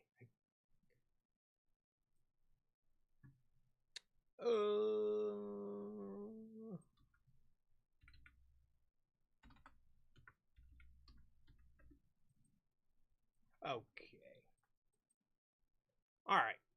here we got here. Then this is my first time reading these, so I'm showing these to you guys as I didn't look at it yet. I just seen they posted. So AEW puts out this tweet. They say, "Here is how the AEW Continental Challenge Cup works, as well as the full field of 16 fighters who will be taking place in the first ever Continental Challenge Cup. How it works: no outside interference and no time limits, just like a regular Continental title match. 16 wrestlers compete in 8 blind draw matches. The 8 winners then compete in 4 blind draw matches. The 4 winners move on to Glasgow, Scotland, for the semifinals on August 26th. The Cup final takes place at Wembley Stadium at All in London on August 30th. The winner of the final will receive the Continental Cup and will be crowned the new AEW Continental Champion." Now, as for the Okay. names involved, we got Jon Moxley, Nigel McGuinness, Jay White, Brian Cage, Hechicero, Matt Sydal, Katsuyori Shibata, Kyle O'Reilly, Roger Strong, David Finlay, Jungle Jack Perry, Claudio Castagnoli, Eddie Kingston, Jake Doyle, Ace Austin, and Orange Cassidy. Okay, so well, I can tell you guys now, the final will be John Moxley and Jay White out of this lineup. I certainly hope so. I certainly hope so. Okay, so it pretty much just seems like it's a regular tournament, but it's like It's they just like blind. blind draw the matches, even though they've already announced all the first round matches. I don't know how these are considered blind matches when they're already announced in advance. They announced the challengers, but I don't think. I think what it is like let's say for John Moxley's match, he's gonna come out, and then boom, they're gonna reveal in that moment who he's facing. I think that's what they mean by blind matches. No, I know, but Like they've you already don't. announced who he's facing. Oh, what the fuck? Yeah, Well, that okay, that yeah. yeah. So So so they yeah, all right. we've got Orange Cassidy versus Matt Sydal, Jake Doyle versus Eddie Kingston, Jon Moxley versus Jungle Jack Perry, Brian Cage versus Hechicero, Nigel McGuinness versus Shibata, Kyle O'Reilly versus Roderick Strong, Claudio versus Ace Austin, and Jay White versus David Finlay. So all the first round matches are already announced. So That's, how is it blind? I was blind because I thought the whole blind part was like, oh, you don't know who you're facing. You're gonna realize in the moment. Yeah, Like, that's no, you're just there's that maybe they'll do that after the round, after the first round. I I With that image again. I can certainly hope so. I just think that maybe Tony Khan is doing this so he doesn't have to like fully set up a bracket. You know what I mean? Like so maybe Hmm. so it looks less predictable cuz like typically when they do the Owen, typically due to like who's on which side of which bracket, like oh okay, like this year it was very obvious like okay, this is going to be a Swerve and Will Ospreay final. Maybe he's just saying blind draw matches so he doesn't have to like officially put together a tournament bracket so people don't, Maybe immediately, know what the like just final's going assume. to be. I could see something like that. That's more than likely. I think the actual reason it's blind. Yeah, that's probably something like that, man. Which I get, but it's also like very obvious. You're kind of just gonna spur of the moment it, which Yeah. for AEW, I don't think is bad. It's something that Tony Khan's been pretty good with recently, spur of the moment stuff. But I mean, I get it. I get that idea of not wanting to make it too obvious. I mean, the easiest way not to make it too obvious is put multiple big names in there, but I also get that fear, especially maybe right now with a lot of people you do have that you want to build up. So I mean, it's not bad. I mean, I'm excited for it. It's probably going to be, it's going to give, it's going to do what the Continental Classic does, and it's going to put some purpose to some purposeless matches on Dynamite. Exactly. Exactly. But Yeah, this is what got me too, because I'm looking at like, there are gonna be 8 blind drawn matches, and then I and then immediately under this I just see AEW announces all the first round matches for the Continental Cup. So I'm like, how how exactly is that blind then? But again, I guess I kind of get Tony Khan maybe not wanting to officially have to put out a bracket for it. So either way, I think it's cool. Either way, I think it's cool, even though like I don't know why do this for the Continental title. I don't know why not do something like this for the national title, because it can set the national title or the international title apart, because the Continental title already has the Continental Own thing. Classic, Yeah, which is it like already a has its own thing. yeah, which is like a round robin tournament. So, again, why add this to the Continental Championship when you can just, I feel like an international title or a national title, one of the two, could have benefited from something like this just to give it a little more meaning. 100%. I think that I definitely agree with you. I think, again, it's already kind of just redundant because you have the Continental Classic. You could have had, the National Cup or the International Cup, and I think it would have helped those individual mid-card titles more than the Continental title needed it. The Continental title, since the last Continental Classic and since Moxley's been champion, has been pretty fine. So, like, if you wanted to boost up one, you really could have done it for Andrade and for that national title. I think that would have been the best option there. Yeah, for sure. For sure. So yeah, that is John Moxley bringing up the Continental Cup. And we got the main event segment here, Kenny Omega and Will Ospreay. This segment was awesome. This was a random 30-minute overrun on Dynamite, but nonetheless, very good nonetheless. At least I can say they kept me around for some good shit. They kept us around for some good shit, which is nice, and they haven't been overrun demons like at one point they were when they were at like their Yes, peak most annoying, where every episode was like a 5 to 20 minute overrun randomly, and it would just be a random number every week, but every week it would be an overrun. Haven't had one in a minute for as long, for at least I could remember. So and it was something of importance, so I liked it. for sure. Kenny Omega tells Will Ospreay he cares about him, and he always puts their friendship before the belt. Um, he said he let Will emerge the Owen by himself because he wanted to see him have success. In return, Will told him it sucks that Kenny gave up on himself. He says those cut deep. He says, Will, does it look like I gave up? As he holds up the AEW World Championship. He says he was never one he said he will never be one to talk down to him. He said he warned him about the Death Riders and John Moxley, and it blew up in his face. So what's his excuse now? Will Ospreay comes out. He says he came back early from surgery, thinking about revenge. And when he lost the match at Dynasty against John Moxley, he lost his confidence.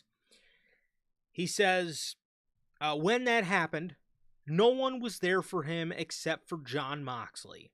And he could have taken me where I wanted to be. He says, I liked being a Death Rider, the camaraderie, the training. It felt like the old days. But I don't agree with their way to become world champion. He said he could not watch them do the same thing to Kenny that they did to him. Kenny says he waited for Will to come out on Sunday as he laid there writhing in pain. He was wondering, where are you, Will? And when he said he heard the crowd cheer, and he had a feeling Will was out there, but he was just hoping for the best. He says, but when he got up and he turned around, all he seen was Will Ospreay holding his belt and a ripped plastic bag. And the reason it took Will so long to help was because Will thought about doing it himself. He says he was expecting a thank you for a trap that he set on Kenny by himself. Will Ospreay says no. No, I didn't. And before he could get the words out, Kenny Omega slaps him. He says, "You're a liar, Will. I thought you were my friend." What are you laughing at, bro? What are you laughing at, man? No, Kenny's an aggressive guy. yeah, I like when Kenny. I like this version of Kenny, man. I like when he gets, kind of a dick. I like that. Me too. Me too. It almost kind of reminded me of 2021 Omega for a little bit. Yeah, Just being a cocky fuck, just talking down to people. because I like the idea that, like, even when he's, a good guy, when his babyface that side of him is still in there, and I like that they kind of acknowledge that. I think that's cool. Exactly. Who knows? Maybe some people still see that side of him quite a bit. It was coming. Will then tells Kenny, he says, "I was your friend." Kenny Omega says, "So what am I to you now? A challenger? Is that what our friendship is to you? Is that all this was to you? Is this?" He slaps him again. He says, "I'll always be better than you, Will," and he slaps him again. Will Ospreay then slaps the shit out of Kenny Omega, goes for a hidden blade, and Kenny Omega, falls on his ass, and he puts his arms up. He's like, trying to back Will off, and Will tells Omega, he says, "No matter how much I love and respect you, if you put your hands on me again, I'll kick the shit out of you, bruv." He says, "Since day one, I have filled in where you left off." He says, "I've earned the right to challenge for that title." He says, "Winners want the ball, so give me the ball." He says, "When he pulls the trigger, I'm not going to do it behind your back, Kenny. When I pull the trigger, you are going to see it coming." As Kenny Omega retreats, holds the championship up in what was, I thought, a banger ass segment between Kenny Omega and Will Ospreay. Again, seeing this version of Kenny Omega, the way he spoke to Will, the way he just spoke down to him, and the way he was slapping him, just treating him like a little brother. And then to see Will finally get fed up with it, even though he does love and respect Kenny, even after what Omega did to him. Again, I thought this was an awesome way to start the build to All Out, and this is why I was questioning a lot of the people that questioned the story between these two, because the story between these two is really good, and it's something that AEW hasn't expanded upon in a couple years. So I really love that. I really love what they did here, man. And again, this was just such an awesome segment. And although the 30-minute overrun did kind of catch me off guard, if it's for things like this, then I am cool with it. So Exactly. With things like this, I'm cool with it. Rich story between some of your biggest guys on the show, man. I love this segment. It was great. Great intensity, great material from both guys. I love how, it connected to their past. With Will Ospreay kind of, being right. He stepped up for Omega when he left New Japan, man. And he essentially stepped up for Omega when he, had to step away from AEW for a little bit. He kind of stepped up both times. And there's the current, drama between these two. Very, very much loved the material they had here. It was a perfect mix of having past material with somebody, but also having great current material with somebody. Really loved it. I loved their energy. I loved the Kenny Omega aggressiveness. I think that's when he's his best on the mic, is when, like you said, when he's a little bit of a dick, kind of cocky, and just knowing he is the best bout machine, man. And I really like that, man. And at the end of the day, his in-ring work lately has been speaking for itself and has been backing that up. So it's very nice to see the current state of this kind of Kenny Omega run. I wasn't expecting it to be too crazy. To me, it was more about Will Ospreay, man. But the more we get it, the more I am actually very happy and grateful. We're getting like a Kenny Omega as best quality he could be at his current state for this story. It's very nice. It's very shocking to see. And I thought it was a great segment. Obviously, it overrun the show. Overall, again, if it's for the story and the intensity and the characters that we got here, I'm okay with it. I loved it. I love the goings on with this feud, man. I can't wait to see it progress. and I can't wait to see it culminate at All In. I think they're doing a very great job with this feud. 100%. 100%.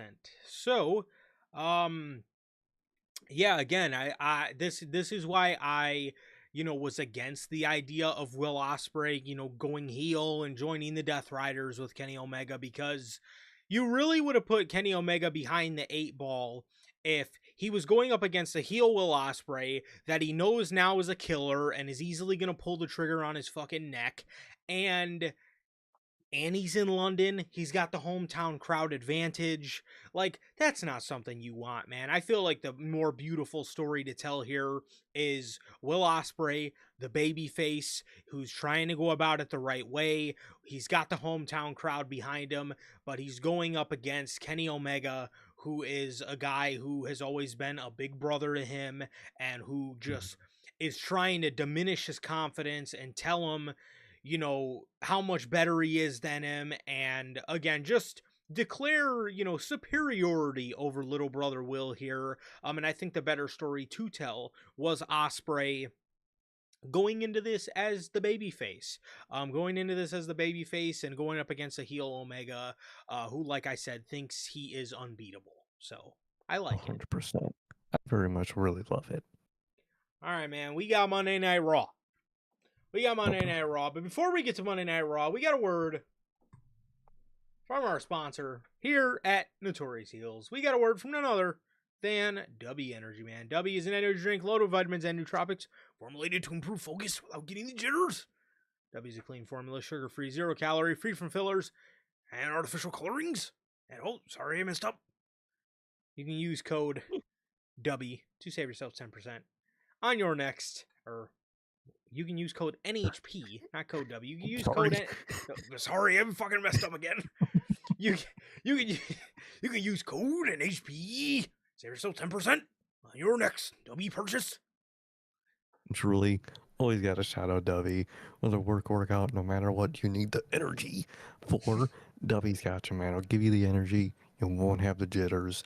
You'll have the focus, and it'll taste good all at the same time. Truly, always. Got to shout out Dovey. Yes, sir. Yes, sir. Thank you as always, and shout out to the great people over at W, the official sponsor of what we do here at NHP. That's what we do, man. I like how you did a purposely, Shivani or Excalibur fuck up, and it actually fucked it up, and it actually made messes you me up every time. That's the beauty of the Excalibur voice, man. It just has that. It just has that contagiousness to it to just fuck something up. It's like the Green Goblin mask, man. It actually turns you into what you think it does turn you into. It's crazy, man. Exactly. You're staring at the mask, and all you hear is "Pile Driver, unbelievable." Harris.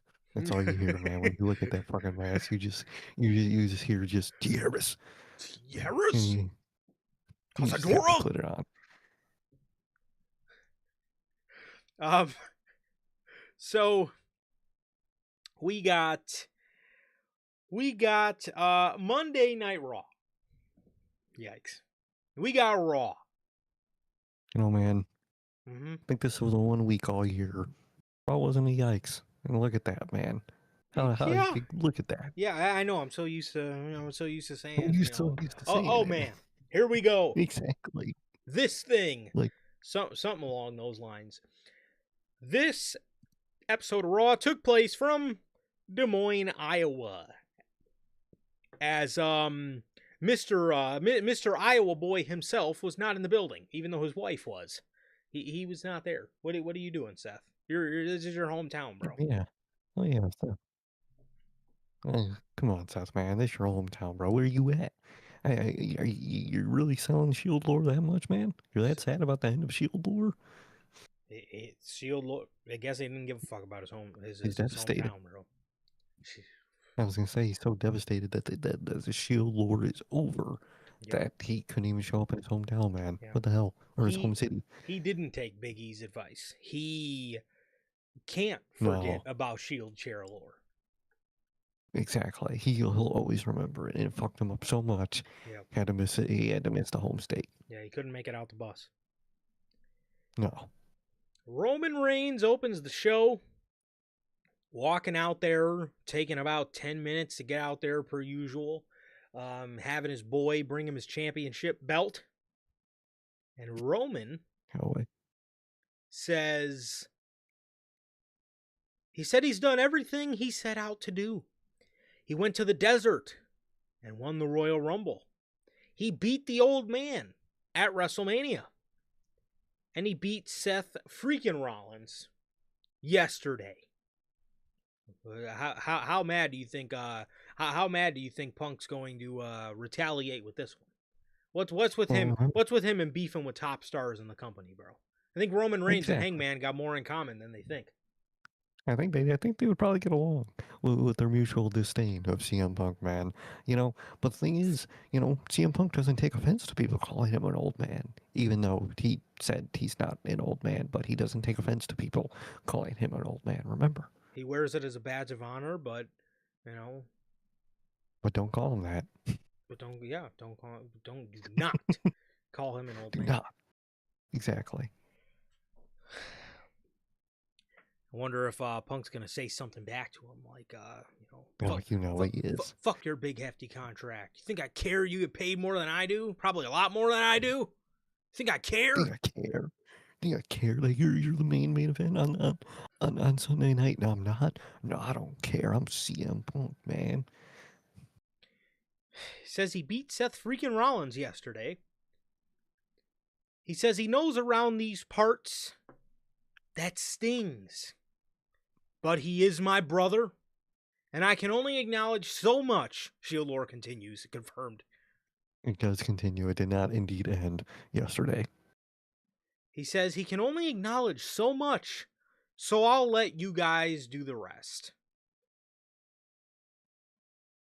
He puts the mic up, he lets the crowd sing Rollins' song and like cheer, give an ovation for the Shield lore and for that wild hair, John The Moxley. wild hair. Yeah. Exactly. So It would have been a cool little reference if he called him the Wild Thing. That would have been actually a cool little reference to him.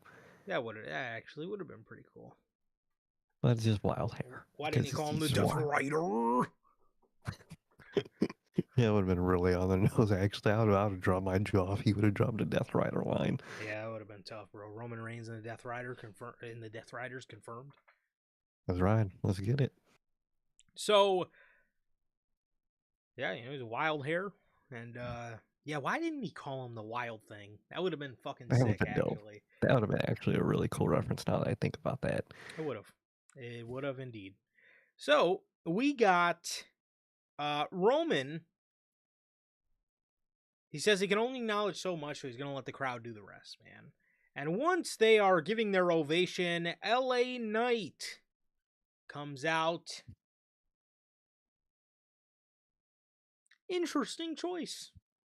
I didn't expect this. I didn't know who was coming out. I certainly didn't think it would be LA. No, I really didn't. I genuinely thought LA was never going to even touch Roman, and it was just going to be him having to deal with the bloodline. That's what I thought that was going to be, and I'm actually shocked that they went with another kind of. Either they're doing the thing with this run where like he's facing some of the same people, but like obviously in a way it's a little different because now he isn't really using the bloodline in his matches, and I like it, man. I like it so far. It shocked me. I didn't. I think he would. I thought he was going to be stuck in the Jey Uso vortex. I did too. LA Knight congratulates Roman on winning the match last night by himself. But he says Roman is still a fraud. He says he asked Roman Reigns. He asks Roman Reigns for the same opportunity.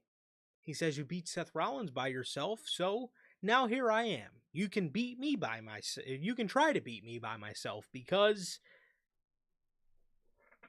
I see you're doing things without the bloodline, and the last time we faced off, you needed 38 people to beat me.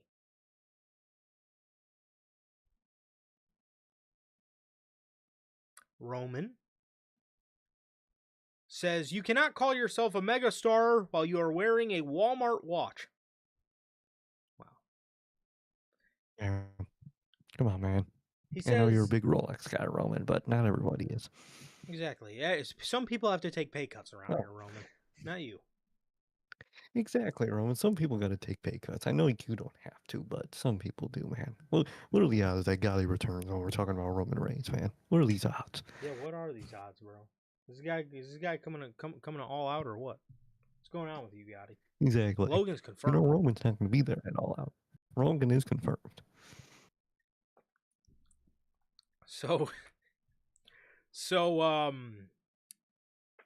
he asks LA, he says, what have you done? Who have you beaten? Oh, big deal. You beat my cousins. Wow. Way to wait wait wait to wait to Way wait to to wait sh- to wait to wait to way to bolster up the fucking family there, Roman. Nice job. Yeah. He buried the fuck out of his own family with those lines. Like, Yeah, a little bruh, bit. like what? Like, what is the point of the group then if you're gonna talk to them like they're like that? But all right, Kind of crazy. Kind of crazy. Just a little bit. a little bit, a little bit. He says, congratulations. You were able to waste my cousin's time. You will not be able to waste mine. He tells LA, get to the back of the line.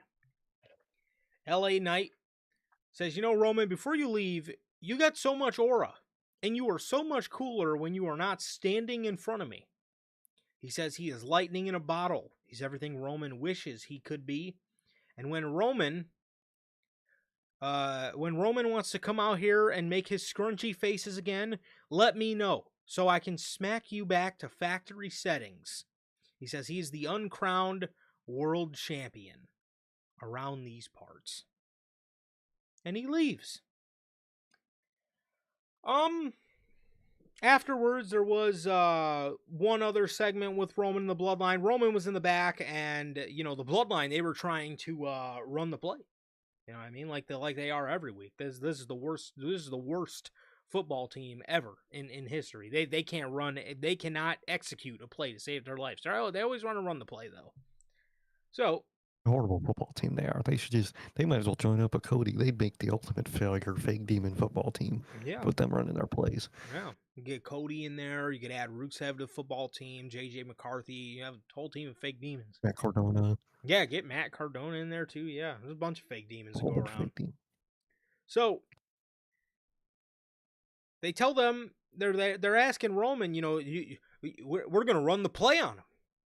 Roman tells the Bloodline to leave LA alone. LA hears this, and on his way out of the arena, he is making fun of them, telling them they need to listen to their daddy before he bends them over his knee. As he was like messing with Jey Uso. He like flinched at his face, and Jey fucking hopped up and took his glasses off, dude.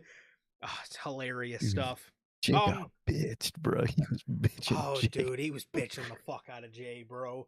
It was so hilarious.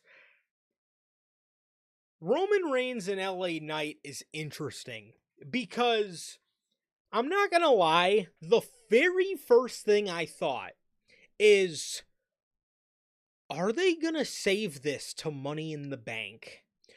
Because I highly doubt, at least I don't remember that most recent Roman graphic saying that Roman would be at Sunday night's main event. Now I could be wrong, but I don't think he was on that show.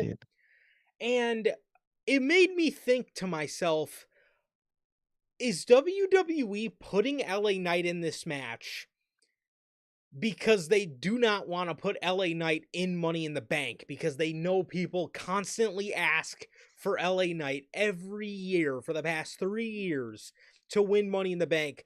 So it seems interesting to do this, and it also seems very strategic on WWE's part. And if this is the case, which I'm assuming this is going to be the Money in the Bank match, is LA Knight being put in this match because they genuinely care and think that these two have a story to tell? Or are they putting LA Knight in this match to get him out of Money in the Bank so they don't have to hear about more fan backlash and LA Knight backlash. I think that is the main reason, man. I think you can do something with the story, but I don't think WWE that's their goal with this. I think the overall goal is they probably told themselves, hey, we got Money in the Bank coming up. LA Knight is not winning it, obviously, because it's Triple H and his writing team. And they were probably like, well, if he's in the match and he doesn't win, they're going to be pissed. If we don't put him in the match in the first place when he's available, they'll be pissed. So we'll just have him face Roman at the pay per view, and we won't have to worry about that. I genuinely think that is the thought process overall here, which, I mean, I am in the boat at this point. I didn't want him to win Money in the Bank at this point anyway because it's so overdue. You missed the mark on it, and at this point, if he wins a world title, he needs to just straight up win one. I think that should be the goal at that point. But fans definitely still want that with Money in the Bank, so I think that is their goal here, and I think that's what they did with this. I think that was the whole goal with this. 100%, bro. 100%. Um yeah, that was the first kind of thing I thought about it, which I think LA Knight and Roman Reigns, if they actually just let them go out there and have a really good match without, We'll have a bloodline really good lore match. shenanigans, I think that they can have a really good match. I feel very confident in that fact that they can and will have a very good match. But again, it just definitely makes you think as a viewer, like, what's the real motive here? Is this Hmm. for is this because you want to elevate LA Knight's game, or is this because you want to suppress fan backlash? Which, like you said, LA Knight winning Money in the Bank, although I would love it, he's so seasoned. You know what I mean? I like to see Money in the Bank go to newer Pressure name. people, go to, Hmm. fresher names or whatever the case may be. And I just think I'm in the same boat as you. I just think if you are going to have this guy win a world championship, he needs to win a world championship straight up, not be a Mr. Money in the Bank. So it is, again, it just does seem a little strategic why WWE's putting him in this spot rather than opting to more than likely be a guy that they're going to have in the Money in the Bank ladder match. Because, without a Roman match, he probably would have been in the Money in the Bank Oh ladder yeah. match. He's always one of those Hmm. guys in there. But this has definitely seemed like it's being done as a little bit of a suppression game. I think this is, I think this is a band-aid on a cut that they know is already gonna be there, man. Overall, talking about the segment, I overall did like it. I really Mm-hmm. like with these two segments. So funny how like night and day, like the bloodline stuff is on Raw and how Roman is on Raw. Because in that opener, Roman himself, I love it. I love this version of Roman. I love this more, I'm beating people straight up. It's a different me. I really fuck with it. And then you go to, run that play team and it's a bunch of bloodline bullshit. Like it's so funny how night and day it is and how much they're disconnected from each other because he's in his promo literally shitting on these motherfuckers, dead ass shitting on his own family and their quality and their like status at this point. And he goes up talking to them and he's like, oh yeah, don't fucking deal with my problems, even though from what they said he told them for the fucking past 3 months to go attack LA Knight and get Solo in the group. And he did mention Solo that they didn't take care of the Solo problem, shocker. And Solo should be by his side getting his coffee. um and I kind of did like that line because it kind of just goes to show as a character, as the Roman Reigns character, how he does value his family. And I wish there was more emphasis on that. So there's parts I did and didn't like about the second little backstage bloodline segment, man. I just hope over time they actually like connect because even so far they really don't connect at all. And Roman's side is very good when we get to see him, and what we mostly see with the bloodline side of it, they just are kind of just doing a bunch of bloodline repeat stuff. It's very just night and day in terms of quality and connection to each other, really. Very, very. And that was one thing too that really had me questioning was like we get to the end of the show tonight and well, first off in the beginning of the show, he's facing off with LA Knight and they're putting a major emphasis on how Roman Reigns is doing these things by himself and he is he's beating people without his family and you got commentary talking about, Roman Reigns is doing things the right way this time around. And then you get to the end of the show, and Jacob Fatu is, you know, tongue and death gripping Royce Keys. Roman comes out and he's nodding his head. And commentary's like, oh, bloodline business is bloodier than ever. And I'm like, no, it's not. Like, What? He you, just buried him. I'm like, On the mic. I'm like,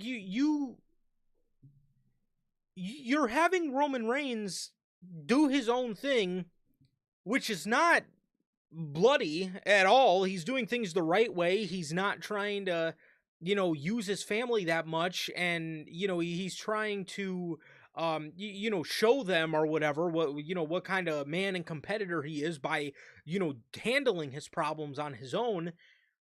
And then at the end of the show, he's like praising Jacob Fatu for, you know, the bloodline business being bloodier than ever. So it's just like, which one is it? Is he a noble leader or does he want to see fucking blood? Like, Yeah. I'm It's so inconsistent.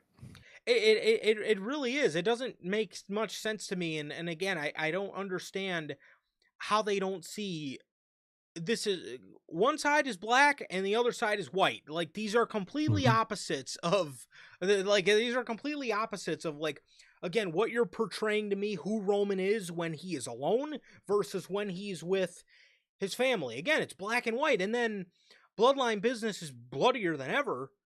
His boy is just It's just lost. all Like what like yeah, I get like in a way what they mean, and I like kind of what they did with Jacob, at least himself in his own little bubble, where he forced himself to fuck up an old factory friend, um, but like it also gets to a point where like the Usos are completely meaningless and devoid from this whole story. Let's be honest here, and like yes. even with Jacob, what is his goal with Jacob? Is he actually like fucking with Jacob's woo, or does he also see him as a loser, like he said?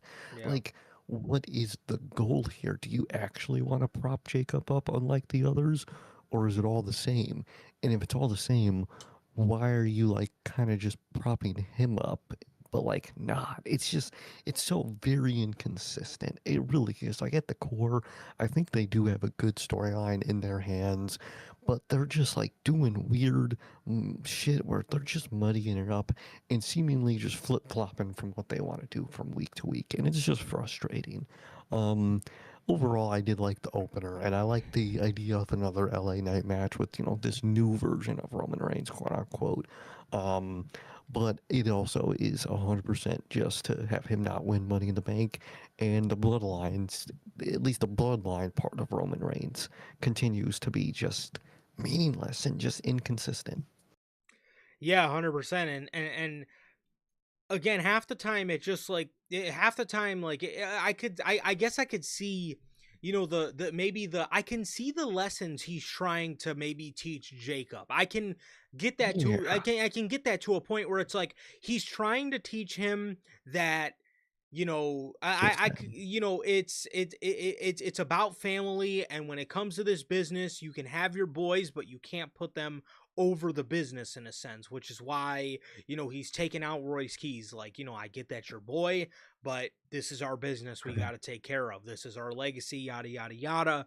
And then we get to the Usos, and it's just like he's making fun of them like he just still thinks these guys are fucking losers.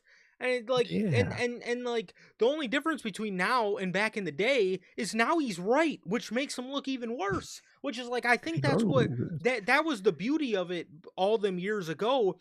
He treated the Usos like shit, and they were the They were great. they were awesome. They had the tag belts at the time. They fucking ran through the whole division 3 times over. So it's like it's again like that was I think that was what played to the Usos' benefit back then versus now is like they were being treated like shit and they didn't do anything wrong. But it's like Yeah. now they're being treated like shit because they fucking suck and they fucking lose everything and they don't take care of any of these problems.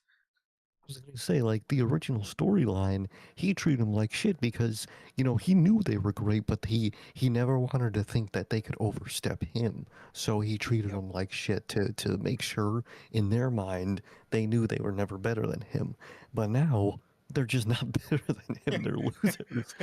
He's just a dick for no reason. It's just not gonna, like, at the end of the day, the Usos just should not be involved in this current bloodline story he's doing No. with Jacob. And if they are involved, they should not be with Roman. They should be warning Fatu constantly about who Roman really is. But they're with him. They're his fucking loyal soldiers, and they're moronic losers, dude. And those two are just look absolutely horrible week to week, bro. They do. I don't understand their involvement at all. At all. Oh. They're there for the nostalgia pop and just to be on the Bloodline merch and say they're the Bloodline. That's the only reason they're there, and it's a big detriment to the story that they are trying to tell that is in there that they can't fully tell because they want to sell the four of them on a Bloodline shirt. Yeah, for sure. Javon Evans versus Ethan Page. Javon Evans defeated Ethan Page here with a OG cutter. He defeated him with an OG cutter, and after this, Javon Evans was attacked by Big Cass. Big Cass lays out Javon Evans. He gives him the Empire, East Wing Empire, something, his finisher, whatever his finisher was called. He gave it to him. The East River East Empire, River East Crossing. River. East River Crossing. That's what it is. That's what it's That's what called. it is. So Big Cass comes in, he lays out Javon Evans, gives him an East River Crossing. And that was it. That was it. We didn't see Enzo Amore. We seen Big Cass come back as the same character, pretty much, that he was before he left the company. Instead, instead this time he wasn't wearing trunks and he had his hair tied up. That was the only difference. I will be okay with this under one condition. Under one condition, if you're bringing Cass back like this because this is the last time the WWE audience seen him, he had this heel character where he was just a monster that just beat people up. You know what I mean? And he was, pretty bland. I mean, again, there wasn't really too much character, I would say there, but he was kind of just an angry heel. That was the thing. Yeah. But I'll be okay with it if this is how you bring him in, only because this is the last time people seen him in WWE was, as a heel and beating up baby faces. If you gradually bring Enzo Amore back to get the Big Cass he knows back. Because I'm telling you right now, if this Big Cass is the version of Big Cass you are going to give us, and he's just going to be a mid-carder on the roster. He is just going to be a mid-carder on the Raw roster that is just a heel beating people up, like he said later in the night, just for being in his way. This will fail. This will fall on its fucking face. And I like Cass, and I hate to say it, but it will fail. Again, 100%. that is the only way I will be okay with this. Work. Exactly. That's the only way this is gonna work, man. That kind of the whole point I want him back, respectively, is with Enzo overall. I really hope that's the goal. If it's not, you just have a taller Rusev on your roster. Let's be honest here. Generic heel that just beats people up because he's a big bad heel. If this is the overall goal of the permanent character, he's gonna fail, and he's just gonna be a part of this roster for a year or two and be gone. Let's be honest here. If that is what he's gonna be, and there is no Zoe, that's what's gonna happen here. And it's not even, and I question why you would have brought him back in the first place if that is the whole goal. The goal here better, like you said, to slowly transition him into the old big cast, whether through losses or through maybe even like winning matches and beating people up, but not finding fulfillment in it. However way you want to take it, because you could take that story multiple ways, but finding his way to Enzo again, and Enzo bringing back the version that Enzo knows of him. If that isn't the goal, respectfully, you're wasting everyone's time here and you're wasting his time. And at that point, he might as well just stay in AEW, because what would be the difference? You'd probably just being paid less, if we're being honest here. So overall, it's good to see him back. He looks good, but if the goal isn't to have him with Enzo as the overall goal here, I don't know why you brought him back. Respectfully. I don't know either. Again, if this is how you brought him back to be a singles act in that mid card scene, have absolutely no clue why you brought the guy back. And again, I like Big Cass. I'm very happy for him and his story and everything he's had to overcome personally as a man. Yeah. I think that stuff is commendable, man. And I am happy to see the guy back. But at the end of the day, um, he's not, if he didn't succeed in a Vince era where Vince, you know, Promote him. where Vince could His maybe type of guy. appreciate his height, you know, he will not succeed in a Triple H era. I can almost guarantee it. And again, I do not understand what the point would be if Enzo is not here with him. And so I think the best way to go about this, and the only reason I'll be okay with this, I want to gradually see Big Cass, you know, suffer losses, or, you know, like you said, just like non-fulfillment in his character, to the point where you can bring Enzo back and they can start tagging again to get that out of him, to get the old Big Cass out of him. I think there's a cool way to do it. So again, I'm fine with what we've seen tonight if that is the plan. But if time goes on and we just get and we just get solo Big Cass just attacking other random mid carders on the Raw roster, then this will not succeed. This will not 100%. succeed. Exactly. So that is that was that. That was that. Javon Evans gets attacked by Big Cass, and later in the night, Big Cass was asked why he attacked Javon Evans. He said 8 years ago he was thrown to the wolves. He says, Javon, it was nothing personal. You were just in the way. Uh, Maybe they're going to make Javon Evans the new Enzo Amore. Oh my god. Can Maybe you instead of imagine, dude? SAWFT, it's going to be BOUNCY. Oh my god. Oh, dude, it's gonna be tall and bouncy. He's gonna be the tall one. He's gonna be the bouncy one that's gonna bounce around over him because he's gonna jump over him because he's 7 foot tall, dude. You know How cool is that? that is, dude. They would Triple H just would love that actually for us. unironically love that, dude. That's the worst part. They would unironically love that pairing for Yes. creative would unironically love that. They would find that just, dude, it's the tall guy and the shorter, skinny guy that could jump. Oh my god, they would actually unironically love that. But but yes, he was a nice little interview with Jackie. Man, again, his story is very incredible and very commendable. But overall, his character needs Enzo, and I hope that's the goal. For sure. For sure. I really hope so too, because I do not want to see a second run for him in WWE fall flat on its face because Triple H can't get over his personal disdain for Enzo Amore. So, Exactly.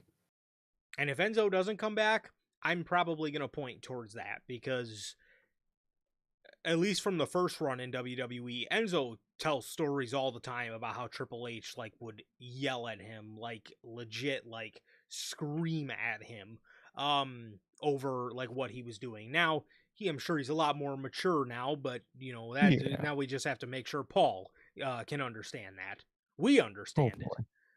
Exactly. Hopefully Paul can, because he's not the most intelligent, understanding person in the world at this point. Yeah, no, not at all. So we got Liv Morgan. We got Liv Morgan coming out for a promo with Raquel Rodriguez and Roxanne Perez. Liv Morgan is spewing her normal Liv Morgan propaganda. She's the greatest Royal Rumble winner of all time. She's the greatest women's world champion of all time. She beat Io Sky at SummerSlam. She has no challengers in sight. Yada, yada, yada.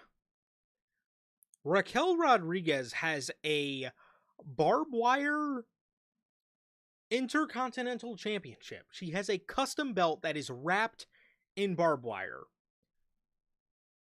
Two things here.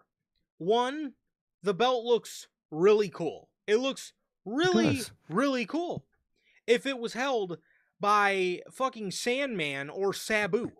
The second thing is a question. What does Raquel Rodriguez have to do with barbed wire? Has she ever even used something that is barbed wire? Why is her belt barbed wire? Dude, that is my question here, man, because I'm in the same boat as you. I actually really love the design itself.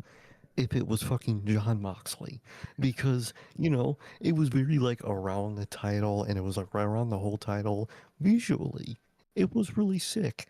But again, what does she got to do with barbed wire, man? Like,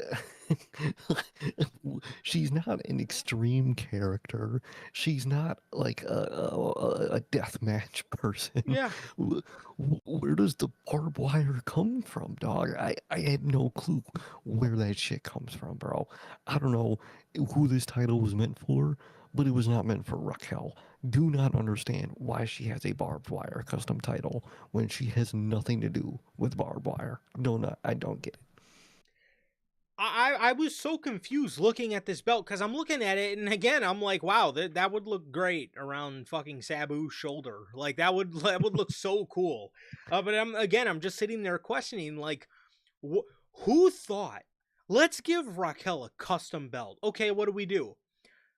Maybe we can wrap barbed wire around it. Like, did nobody say like legitimately nobody sat there and said to them and asked the question like real quick before we do that, what exactly does Raquel have to do with barbed wire at all? Yeah. If you wanted to give her like a custom title, isn't she Puerto Rican? She's Puerto Rican, right? Is that what she is? I think so. Either that or Like you could Mexican. have just put like I was gonna say you put like the flag, of Puerto Rico or Mexico, wherever she's from, like in the blue maybe if you really want to do a custom title. I just beg the question, bro. What does she have to do with barbed wire? I don't get it. They didn't explain it at all. They didn't like No, acknowledge the custom title. She just had it and we just saw it and we don't know why she had it. dead ass, dude. Dead ass. So confused. So confused. Sol Ruka then came out and for a match with Roxanne Perez.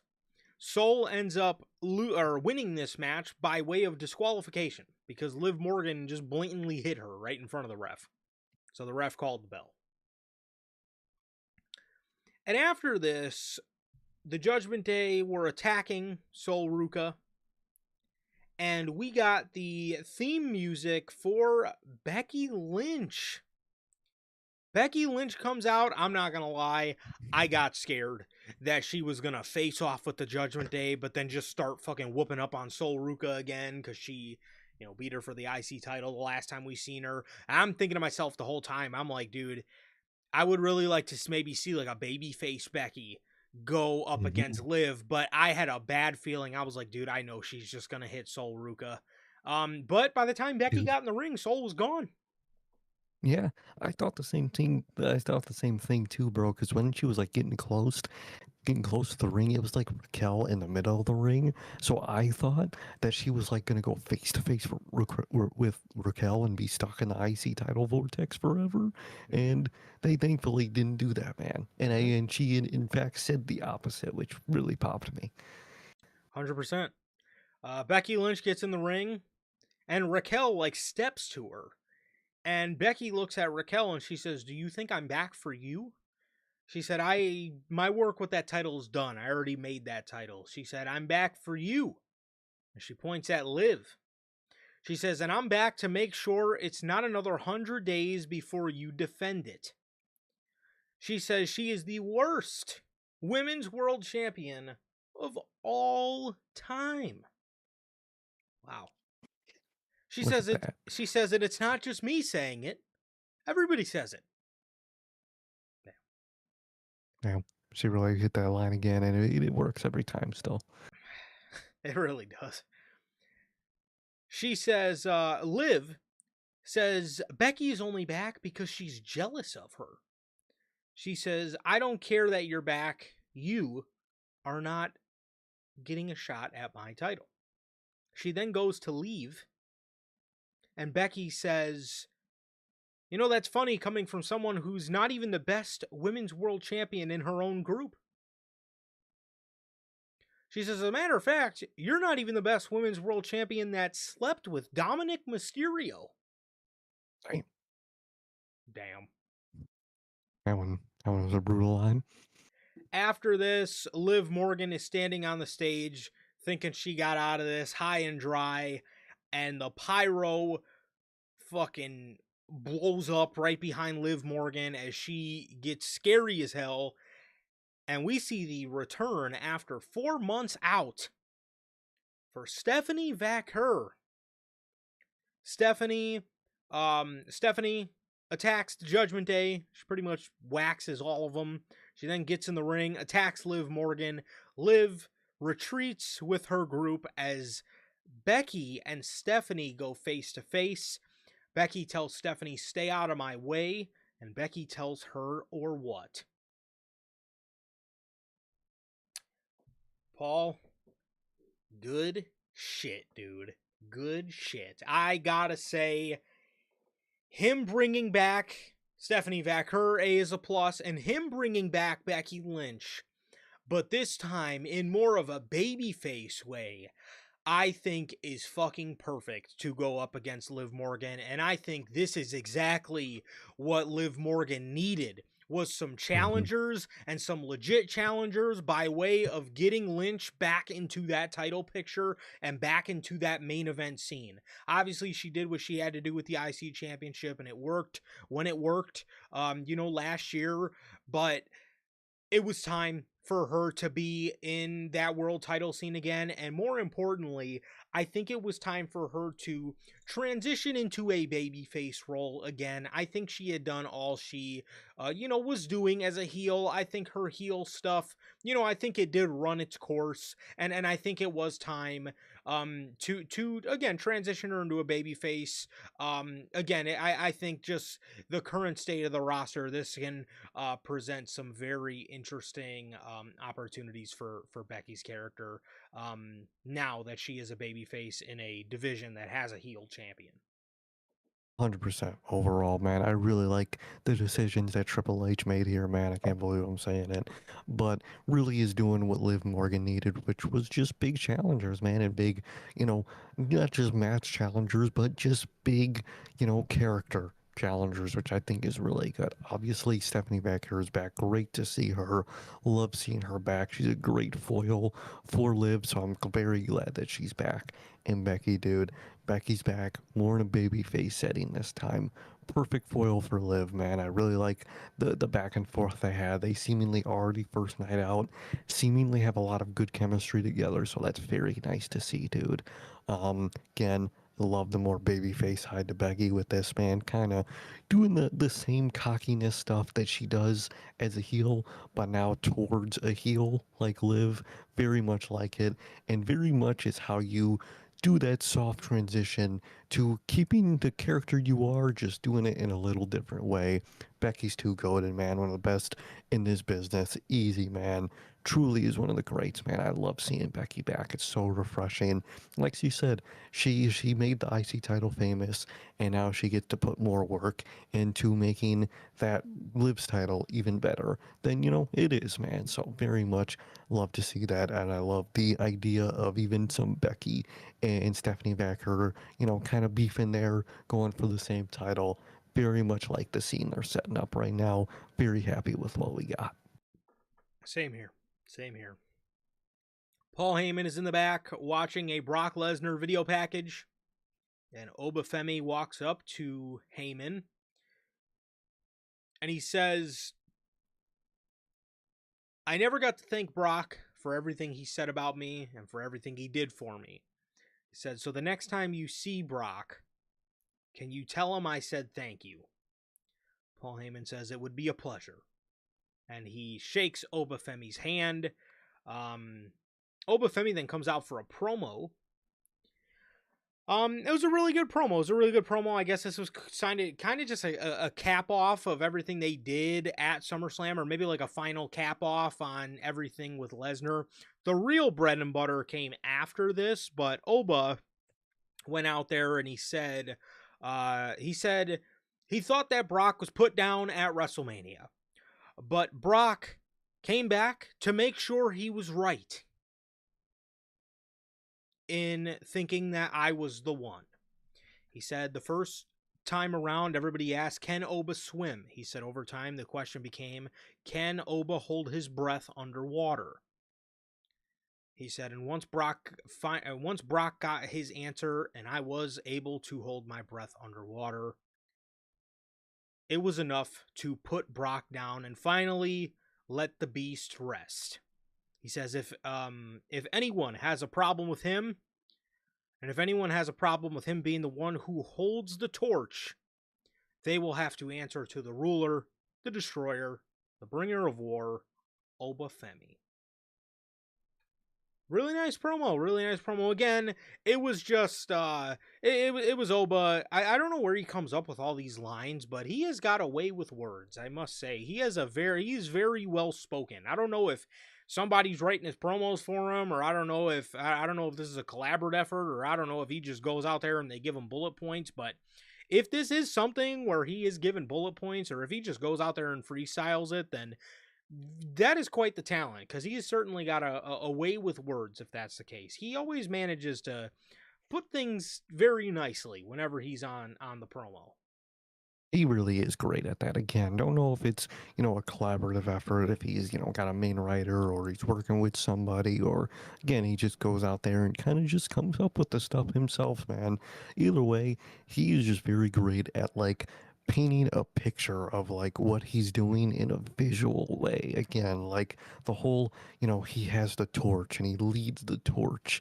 And he leads with the torch. Very just like something you see in like a Norse mythology like story. He's very good at like visualizing the stuff he does in like a mythology type story. It's very sick, very cool that he does, and it fits his very like grand feeling, big boss character. Very much is very fucking great at that, man. And the big, like you said, the big bread and butter of that line or of that promo was calling himself the leader of this next generation essentially, and Yeah. telling and saying if you got a problem with that, you got to go through me, and that obviously very much leads into the next part of the show. So Oba is leaving, and on his way out, we hear the theme song for Braun Breaker. And I was like, at this point, I was like, oh, Oh okay. yeah. Like, hmm. It's like, all right. So the Vision Queen Maxine and the man that calls himself the Pressure, Austin Theory, because finally realized the pressure of being a WWE superstar, they come out first, and Braun Breaker walks out after them, and he walks up to Obafemi, and these two, typically in WWE when they do these kind of segments, you see these people, maybe they bump shoulders, or maybe they briefly glance at each other and keep walking. Bro, these two dead ass got face to face and would not take their eyes off each other for a while. It was for a while, dude. And then Austin Theory, the man that calls himself the Pressure, pulls Braun Breaker away. He pulls Breaker away, and Breaker starts to walk away, and full on again walks right up to Oba, and they stare at each other for another pretty lengthy amount of time before Braun Breaker finally walks away. They go to commercial and come back, and this dude, Braun Breaker, is in the ring. Joe Henry's making his jobber entrance because he's a fucking scrub, and Braun Breaker is just like a man possessed, staring at the entranceway as if Obafemi was still standing there, which he wasn't, but Braun Breaker was literally fixated on this stare down. And obviously this was again Obafemi pretty much I think this has a lot to do with Obafemi, again declaring he is the man that holds the torch for this future. I obviously think Braun Breaker took a problem with that, and Obafemi obviously said in his promo, if anybody has a problem with it, then then answer to him.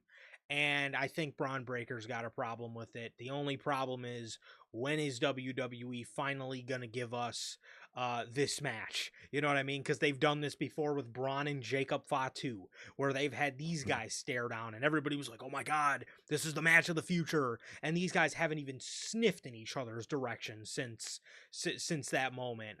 So when is this gonna happen? Lord only knows, but boy, this was a dope ass moment, and this was my favorite moment of the night. Commentary, Corey Graves is like, "Yeah, we got a roster full of young guns," and I'm just sitting there saying to myself, when are you going to use your young guns, and when are you going to put them against each other? Exactly. The commentary doesn't shut up with the word future when they don't actually prop up the future.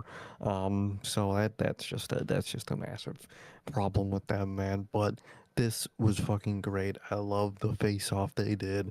Very intense, and I love just how much Braun was just broken by, obviously the whole point of it is, for Braun, that was supposed to be him.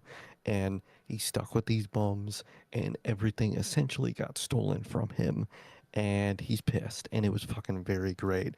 Looking like just a man not even on Earth anymore. Great. Didn't pay no mind to that bum Austin Theory and that bum ass faction of his.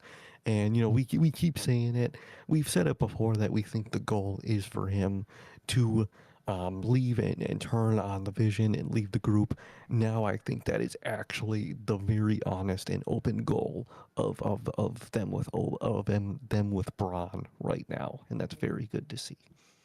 I think so. I think so, and at least I really, really hope so, because Braun Breaker could not give any less of a fuck about what Austin Theory had going on during this match.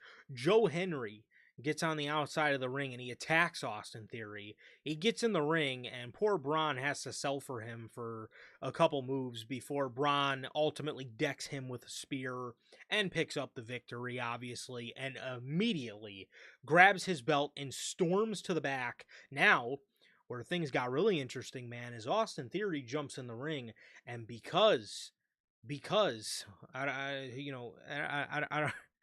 don't know what in the High School Musical they think this is, but Austin Theory jumps in the ring, and he completely snaps on Joe Henry because he embarrassed Theory in front of his girl.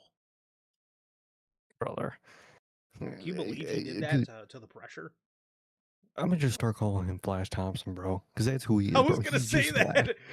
I was gonna say, He was is this fucking dead. guy Flash Thompson getting his ass beat by Peter Parker? Like, He's dead ass just Flash Thompson on WWE television, bro. This storyline is so booty butt garbage. It is insane, bro. Like, I don't give a fuck about their fake ass relationship. I don't care about the high school drama and one couldn't get the girl and the bully got the girl and dude, brother. I don't give a fuck. I just seen a stare down with Oba and Braun. You really think I give a fuck about Austin Theory and Maxine Dupree? You really think I'm gonna give a fuck after I see that, man? Like, man, one element that I just remembered about the Braun Breaker and Oba stuff. Did that tweet from Bronson Reed? I think might be more Oh. storyline than people might think at this point. Now I just remembered that when we were right now, and that probably is more storyline than people think. Because if you guys don't know, Bronson Reed after the end of night one of SummerSlam and Oba's big match tweeted out, and they thought it would be shoving Braun down their throats. I think that's more storyline than people might have thought initially, man. And I think it connects.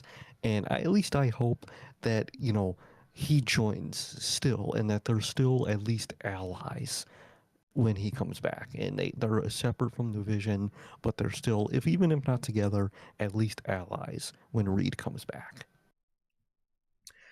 Yes, for sure. I feel like, and I think if WWE smart, they will at least keep those two together. Because again, now that yeah, that makes a lot of sense. Now that's definitely a lot of that could have definitely been a lot of foreshadowing, and maybe that's what they're gonna kind of do to maybe keep Oba from just because like let's be honest, if Oba and Braun get in the ring more Let's than go, likely Rick. WWE is wanting Obafemi to beat Braun Breaker. But if Braun has Bronson by his side, then that Mm, probably even the odds a little bit more. So that I that think that would. so that probably because like Braun Breaker with fucking Austin Theory and Logan Paul by his He ain't side, doing that shit. that doesn't make any fucking difference. That'll probably, if anything, just make it easier for Femi. But like, you know, if you have Bronson there, those are two guys that could, really pose a threat to Obafemi. So I think that could be a really cool way to go about it. I think that could be a really cool way to go about it if they, really want to go full fledged in with this feud. But that's only if they do that. That's only if they do that. Because again, I am not one for really trusting WWE to make mega matches out of two future guys. No mention from Obafemi here about King of the Ring at all. Not a not he may have alluded a tiny bit, but nothing direct at all. I was gonna say, like he said, like he his destiny. You might think it's obvious, but you never know what it is. Yes. Essentially, he said, I know the goal is world title, but that's not what I'm doing right now. That's essentially what he said when he kind of alluded to it with the whole, destiny stuff in that promo. Um, and he kind of alluded to like he still has the King of the Ring thing in his pocket. It's so random. One week they're telling you it's actually he just forfeited it completely. Another week they're telling you he kind of still has it in his pocket. I think they just don't know what the fuck they want to do with it, and they want to keep it in the pocket just in case they need to. So they're fucking. That's just more of WWE creative, kind of not knowing where they're going with certain elements. But overall, man, the idea of Braun and Oba is very dope. I hope they go with it, and I hope they go with it, in an actually timely manner that actually matters, man. You know, you go out a billion ways, man. Oba, his overall goal in Destiny is the world title, man. And if Braun feels like he's showing him up, what if Braun wins it first before Oba? And that could be a reason they have their match. And, if Triple H was a real booker, that would be one of the Mania main events. But he's not a real booker. And we are getting Rock and Roman. Yes.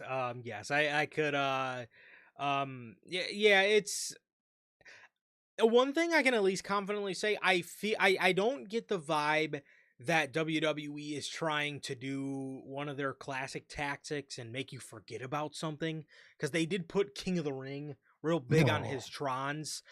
That was one thing I was honestly really Yeah. scared that they were gonna do was do the old, if we don't mention it, they'll forget. That is something that is a tactic of theirs. Mhm. Thankfully, I don't think that is the case, but either way, yeah, it looks like they're keeping it in the back pocket, and now they're starting to slowly mention, Punk and Punk's and his title. So I feel like they are definitely trying to give alternate plans if this Roman plans falls through because of the Rock. So There you go. But that was that. After this, Braun Breaker is in the back. And he goes up to Paul Heyman and he says, Oba got in my way, and I need to do something about it. Heyman says, yeah, I think you do. Braun says, no, I'm asking you, where is he? And Paul says, why would I know where Obafemi is? Braun says, I thought you'd know because that's your new best friend.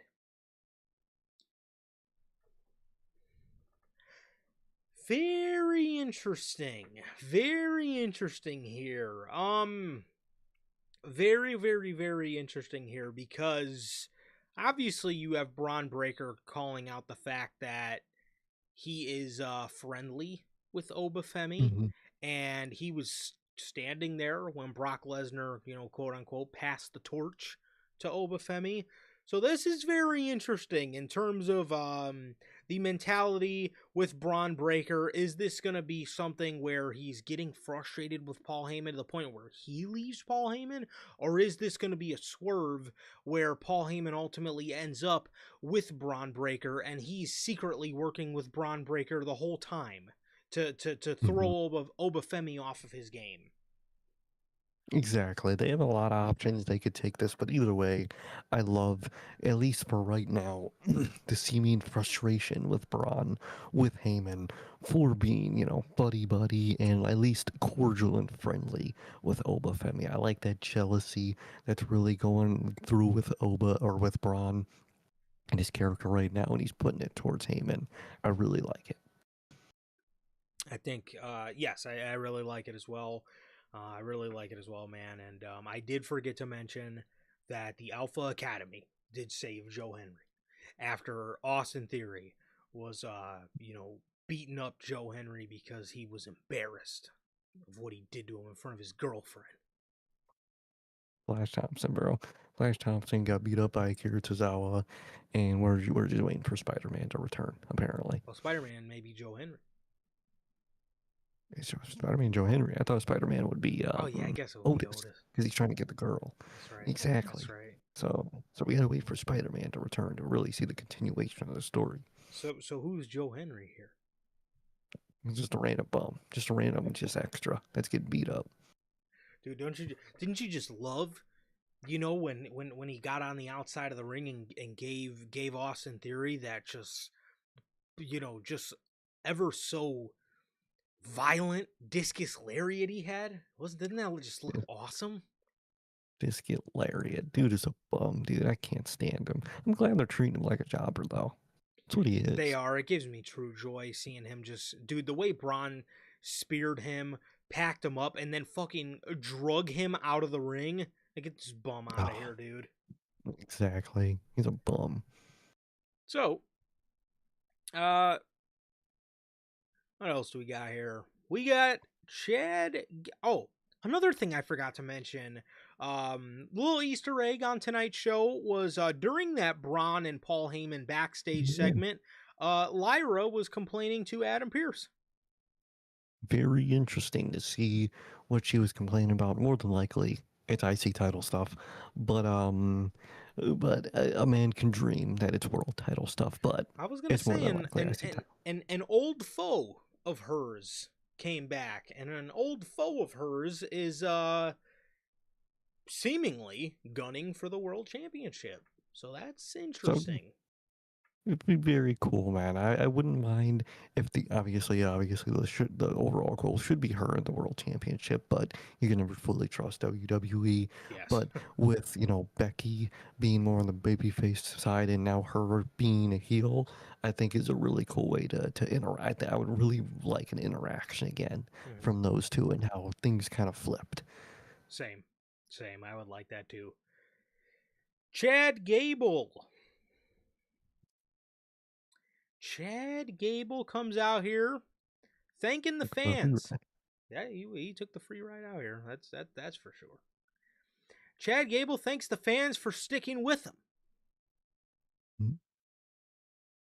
Penta then came out and told Chad Gable he is a true luchador and one of the best in the world. The Judgment Day, JD and Dom came out there talking smack to these two. Basically just generic heel stuff. They ended up making a tag match, which Chad Gable and Penta did win after Penta hit Dom in the face with the championship, and Chad Gable pinned Dominic Mysterio. The only reason I feel they put this on the show at all was obviously to get Chad Gable out there to give the thank you promo and to set up a Penta return to AAA. I'm assuming maybe this is what they're going to be doing for one of the main events of Triple Mania, Penta versus Dom. I think so. I don't know what El Grande's doing at AAA. I have no clue. I don't know. I thought the main goal was him to face Dom and win the title in Triple Mania, but I don't know. But I think it was to set up a little thing for some reason for Penta to go down there and do something in the time being. I think that was the goal. Mostly with this, again, it was for Chad Gable to, get a win in there after his win, solidify that. But also, I think, like you said, to set up Penta going down there for a little bit and doing something they are loading it. They're not only are they loading Triple Mania up, they're loading all out weekend up with that shit, especially later in the night at the end of the show. Yeah. Yeah, they're trying everything for that Chicago show. Yeah, well, if that is what gets Roman Reigns to come to Chicago, then my God. Oh, you prick. Yeah, You come to literally. Chicago For to that. counter program on a fucking AAA show, you fucking asshole. No, legit though, bro. Um so yeah, that was that. And then we got the main event. Top Age Royce versus Jacob Fatu in a street fight. So before this, way earlier in the night, we got a backstage promo with Top Age Royce and Jacob Fatu. And Royce, he goes up to Jacob Fatu. He says, man, this is what we do. We fight each other all the time. Remember all the times we fought back in Oakland 30 years ago? He says Jacob is still his brother. Jacob stands up. He says, you're not my brother. You're not my blood. You're not family. And this is bloodline business. He says, how about we get in the ring tonight in a street fight? How do you feel about top age Royce, lying about his age and telling Jacob Fatu, all the time they fought back in Oakland, man? How long ago do you think this was? Roughly. Probably like 40 or 50 years ago, man, depending on the timeline. I don't know. Yeah. Royce Key's timeline, we don't know what it is. That's Yeah. his whole problem. He lies about his timeline a lot, man. But overall, man, I actually really like Jacob's side of the segment, man. I really like the fact that he was like tearing up during this. And I like the character thing with Jacob where he doesn't want to do this to Royce Keys because he can obviously, that is his friend. But for the family, it's what he's got to do, man. So I liked, the tearing up aspect of Jacob in this segment. I really like that detail. Yes, again, it's really just Jacob and Roman, dude. They're doing good stuff. Uso. Yes. It's the Usos that are fucking it up. So we get Jacob Fatu and top choice Royce, the old man, in a street fight. Jacob Fatu defeats Royce Keys with a mighty moonsault and a Tongan death grip that knocked top age Royce unconscious. Afterwards, Jacob Fatu attacked him afterwards, putting him back in the Tongan death grip, making his mouth bleed. He made his mouth bleed, and then he put a chair around his neck and went for a hip attack in the corner. Adam Pearce and Jason Jordan came out there to stop him. Jacob acted like he was going to leave, and then he ended up coming back, giving the hip attack to top age Royce. Is this the end of old Royce Keys? I don't know if this is the end. I hope it's not, man. I love Old Man Keys, Yep. and I know he ate the gushers when after he did the tongue and death grip, he had all those gushers in his mouth. But overall, man, I think he got taken out for the time being, and I think who's next on the get list. I think it's Solo Sikoa, man. I think they finally have to go take care of the Solo problem now. I think that's what's next. 2 months later, still trying to figure out this solo problem. it can't it can't be that hard, bro. I swear it It can't be can't be that that hard. hard, bro. Like at the end of the day, if he ain't joining the group, just leave him. Just leave him be and do your own thing. Yeah, Like I don't get it. I don't get it. But they need him. I think I don't think Solo is going to be happy that his partner at SummerSlam ate some gushers and got taken out.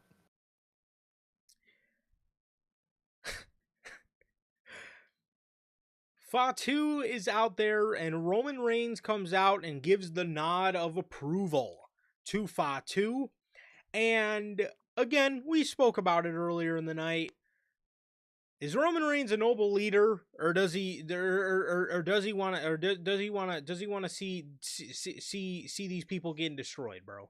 What's going on here? I, I don't know. I don't think the writers know. I don't think Roman knows. I don't think anybody knows. He 1 second he's a noble leader trying to do this thing on his own. The other one he's second Jacob Fatu on people, but like none of the people he sicks him on has anything to do with Roman himself. It's kind of Jacob doing his own thing, being egged on by Roman, but it's just egged on by people that Roman sends him on. It, I don't know, man. I don't know. Either way, I do like when it's, Roman and Jacob, and those two parts are actually overall good. Obviously, pretty, at least for the fans' perspective, seemingly pretty directionless right now. But, Jacob plays it up well. Obviously, Roman plays it up well. It's really the Usos that are the big detriment here. And it's really just how, at least from our perspective, directionless the overall group cohesion feels right now, which is my main problem with the whole bloodline stuff. Yes, again, Roman Reigns thinks the Usos suck. Likes Fatu enough. At least he likes him enough. Mm, Again, I don't really understand. It just feels like two separate characters when Roman is on screen versus when Roman is off screen. It just feels like two separate characters I'm watching. Again, it if he's it just doesn't make sense to me because it's like if Jacob is this monster and Roman wants to see blood, why doesn't he do that himself? Like why yeah, doesn't he display that too? Like he's wrestling these standard matches where it's like he's not doing anything these honest overly matches. aggressive. Yeah, he's wrestling. He's out here making an honest living, and meanwhile he's got Jacob Fatu beating up his old ass friend. like, like,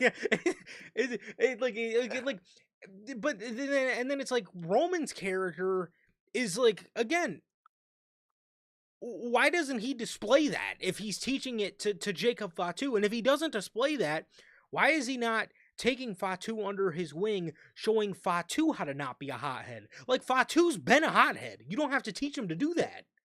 And that's my thing. I thought the whole purpose of him joining the group, at least, when he was going against them and when he finally had to be forced to join them, was you're too much of a hothead. You're gonna be put with me because I'm putting you on a leash and I'm gonna, I'm gonna make you like a normal human being, essentially, is what they kind Yeah, of fucking ordered it as. right.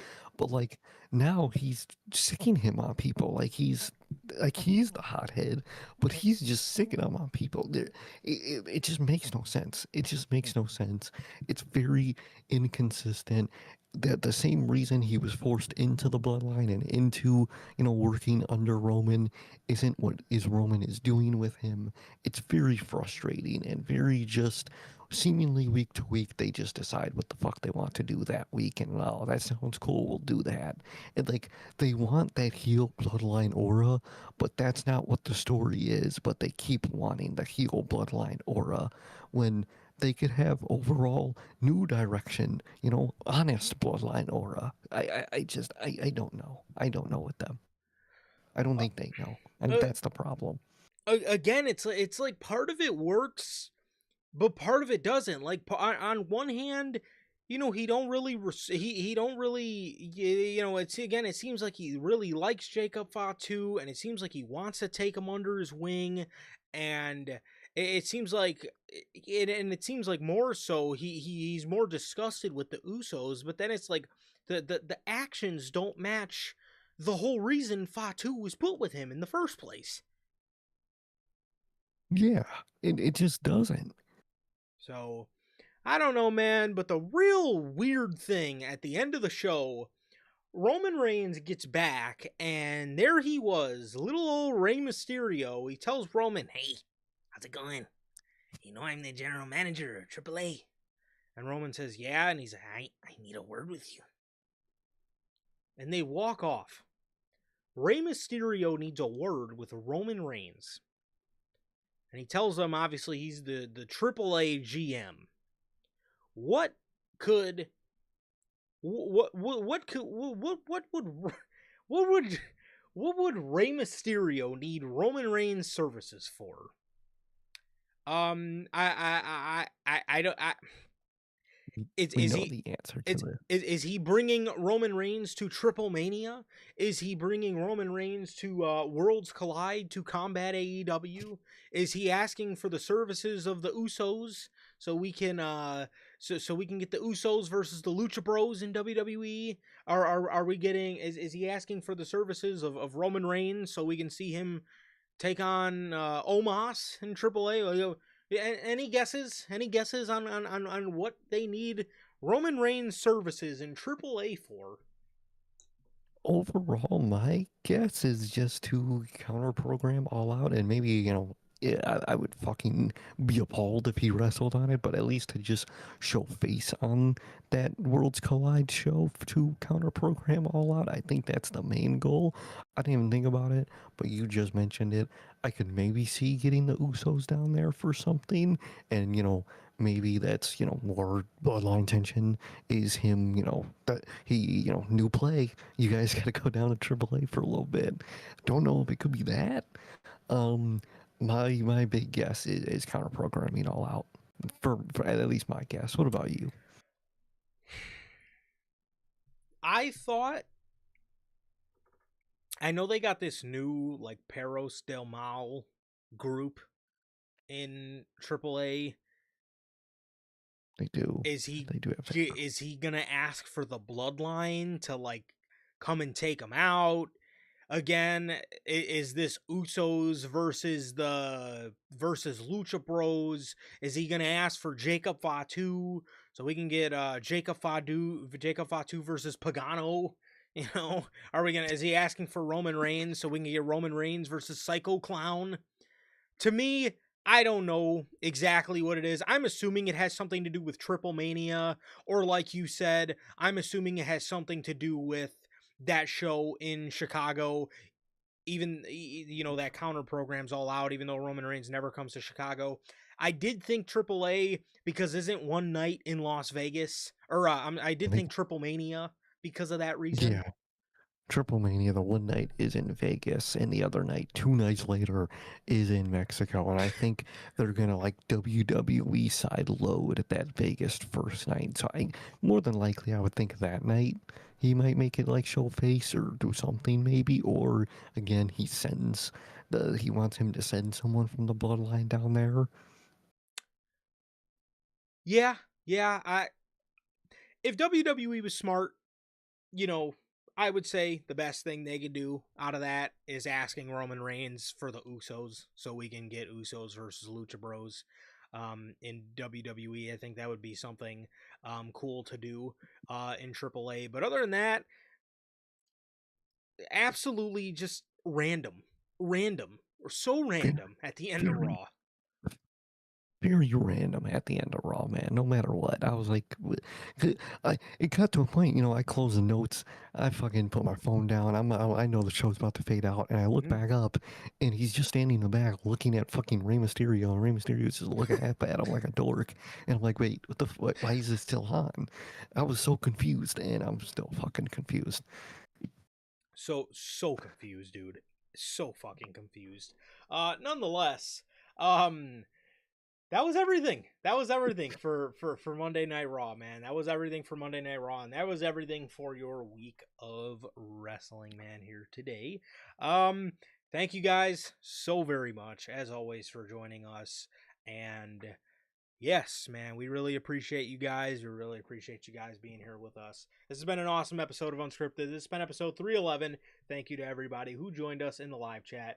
We got my guy Gotti, Manager Logan, our girl, the Twisted Sister of NHP. We got Belle. Thank you guys, as always, for joining us for episode 311. It has been always a pleasure for my Johnny. And Sir K. That is going to do it for this edition of NHP. Thank you guys. We love you guys. Please like, comment, and subscribe, and we'll see you all with the news on Friday. Peace.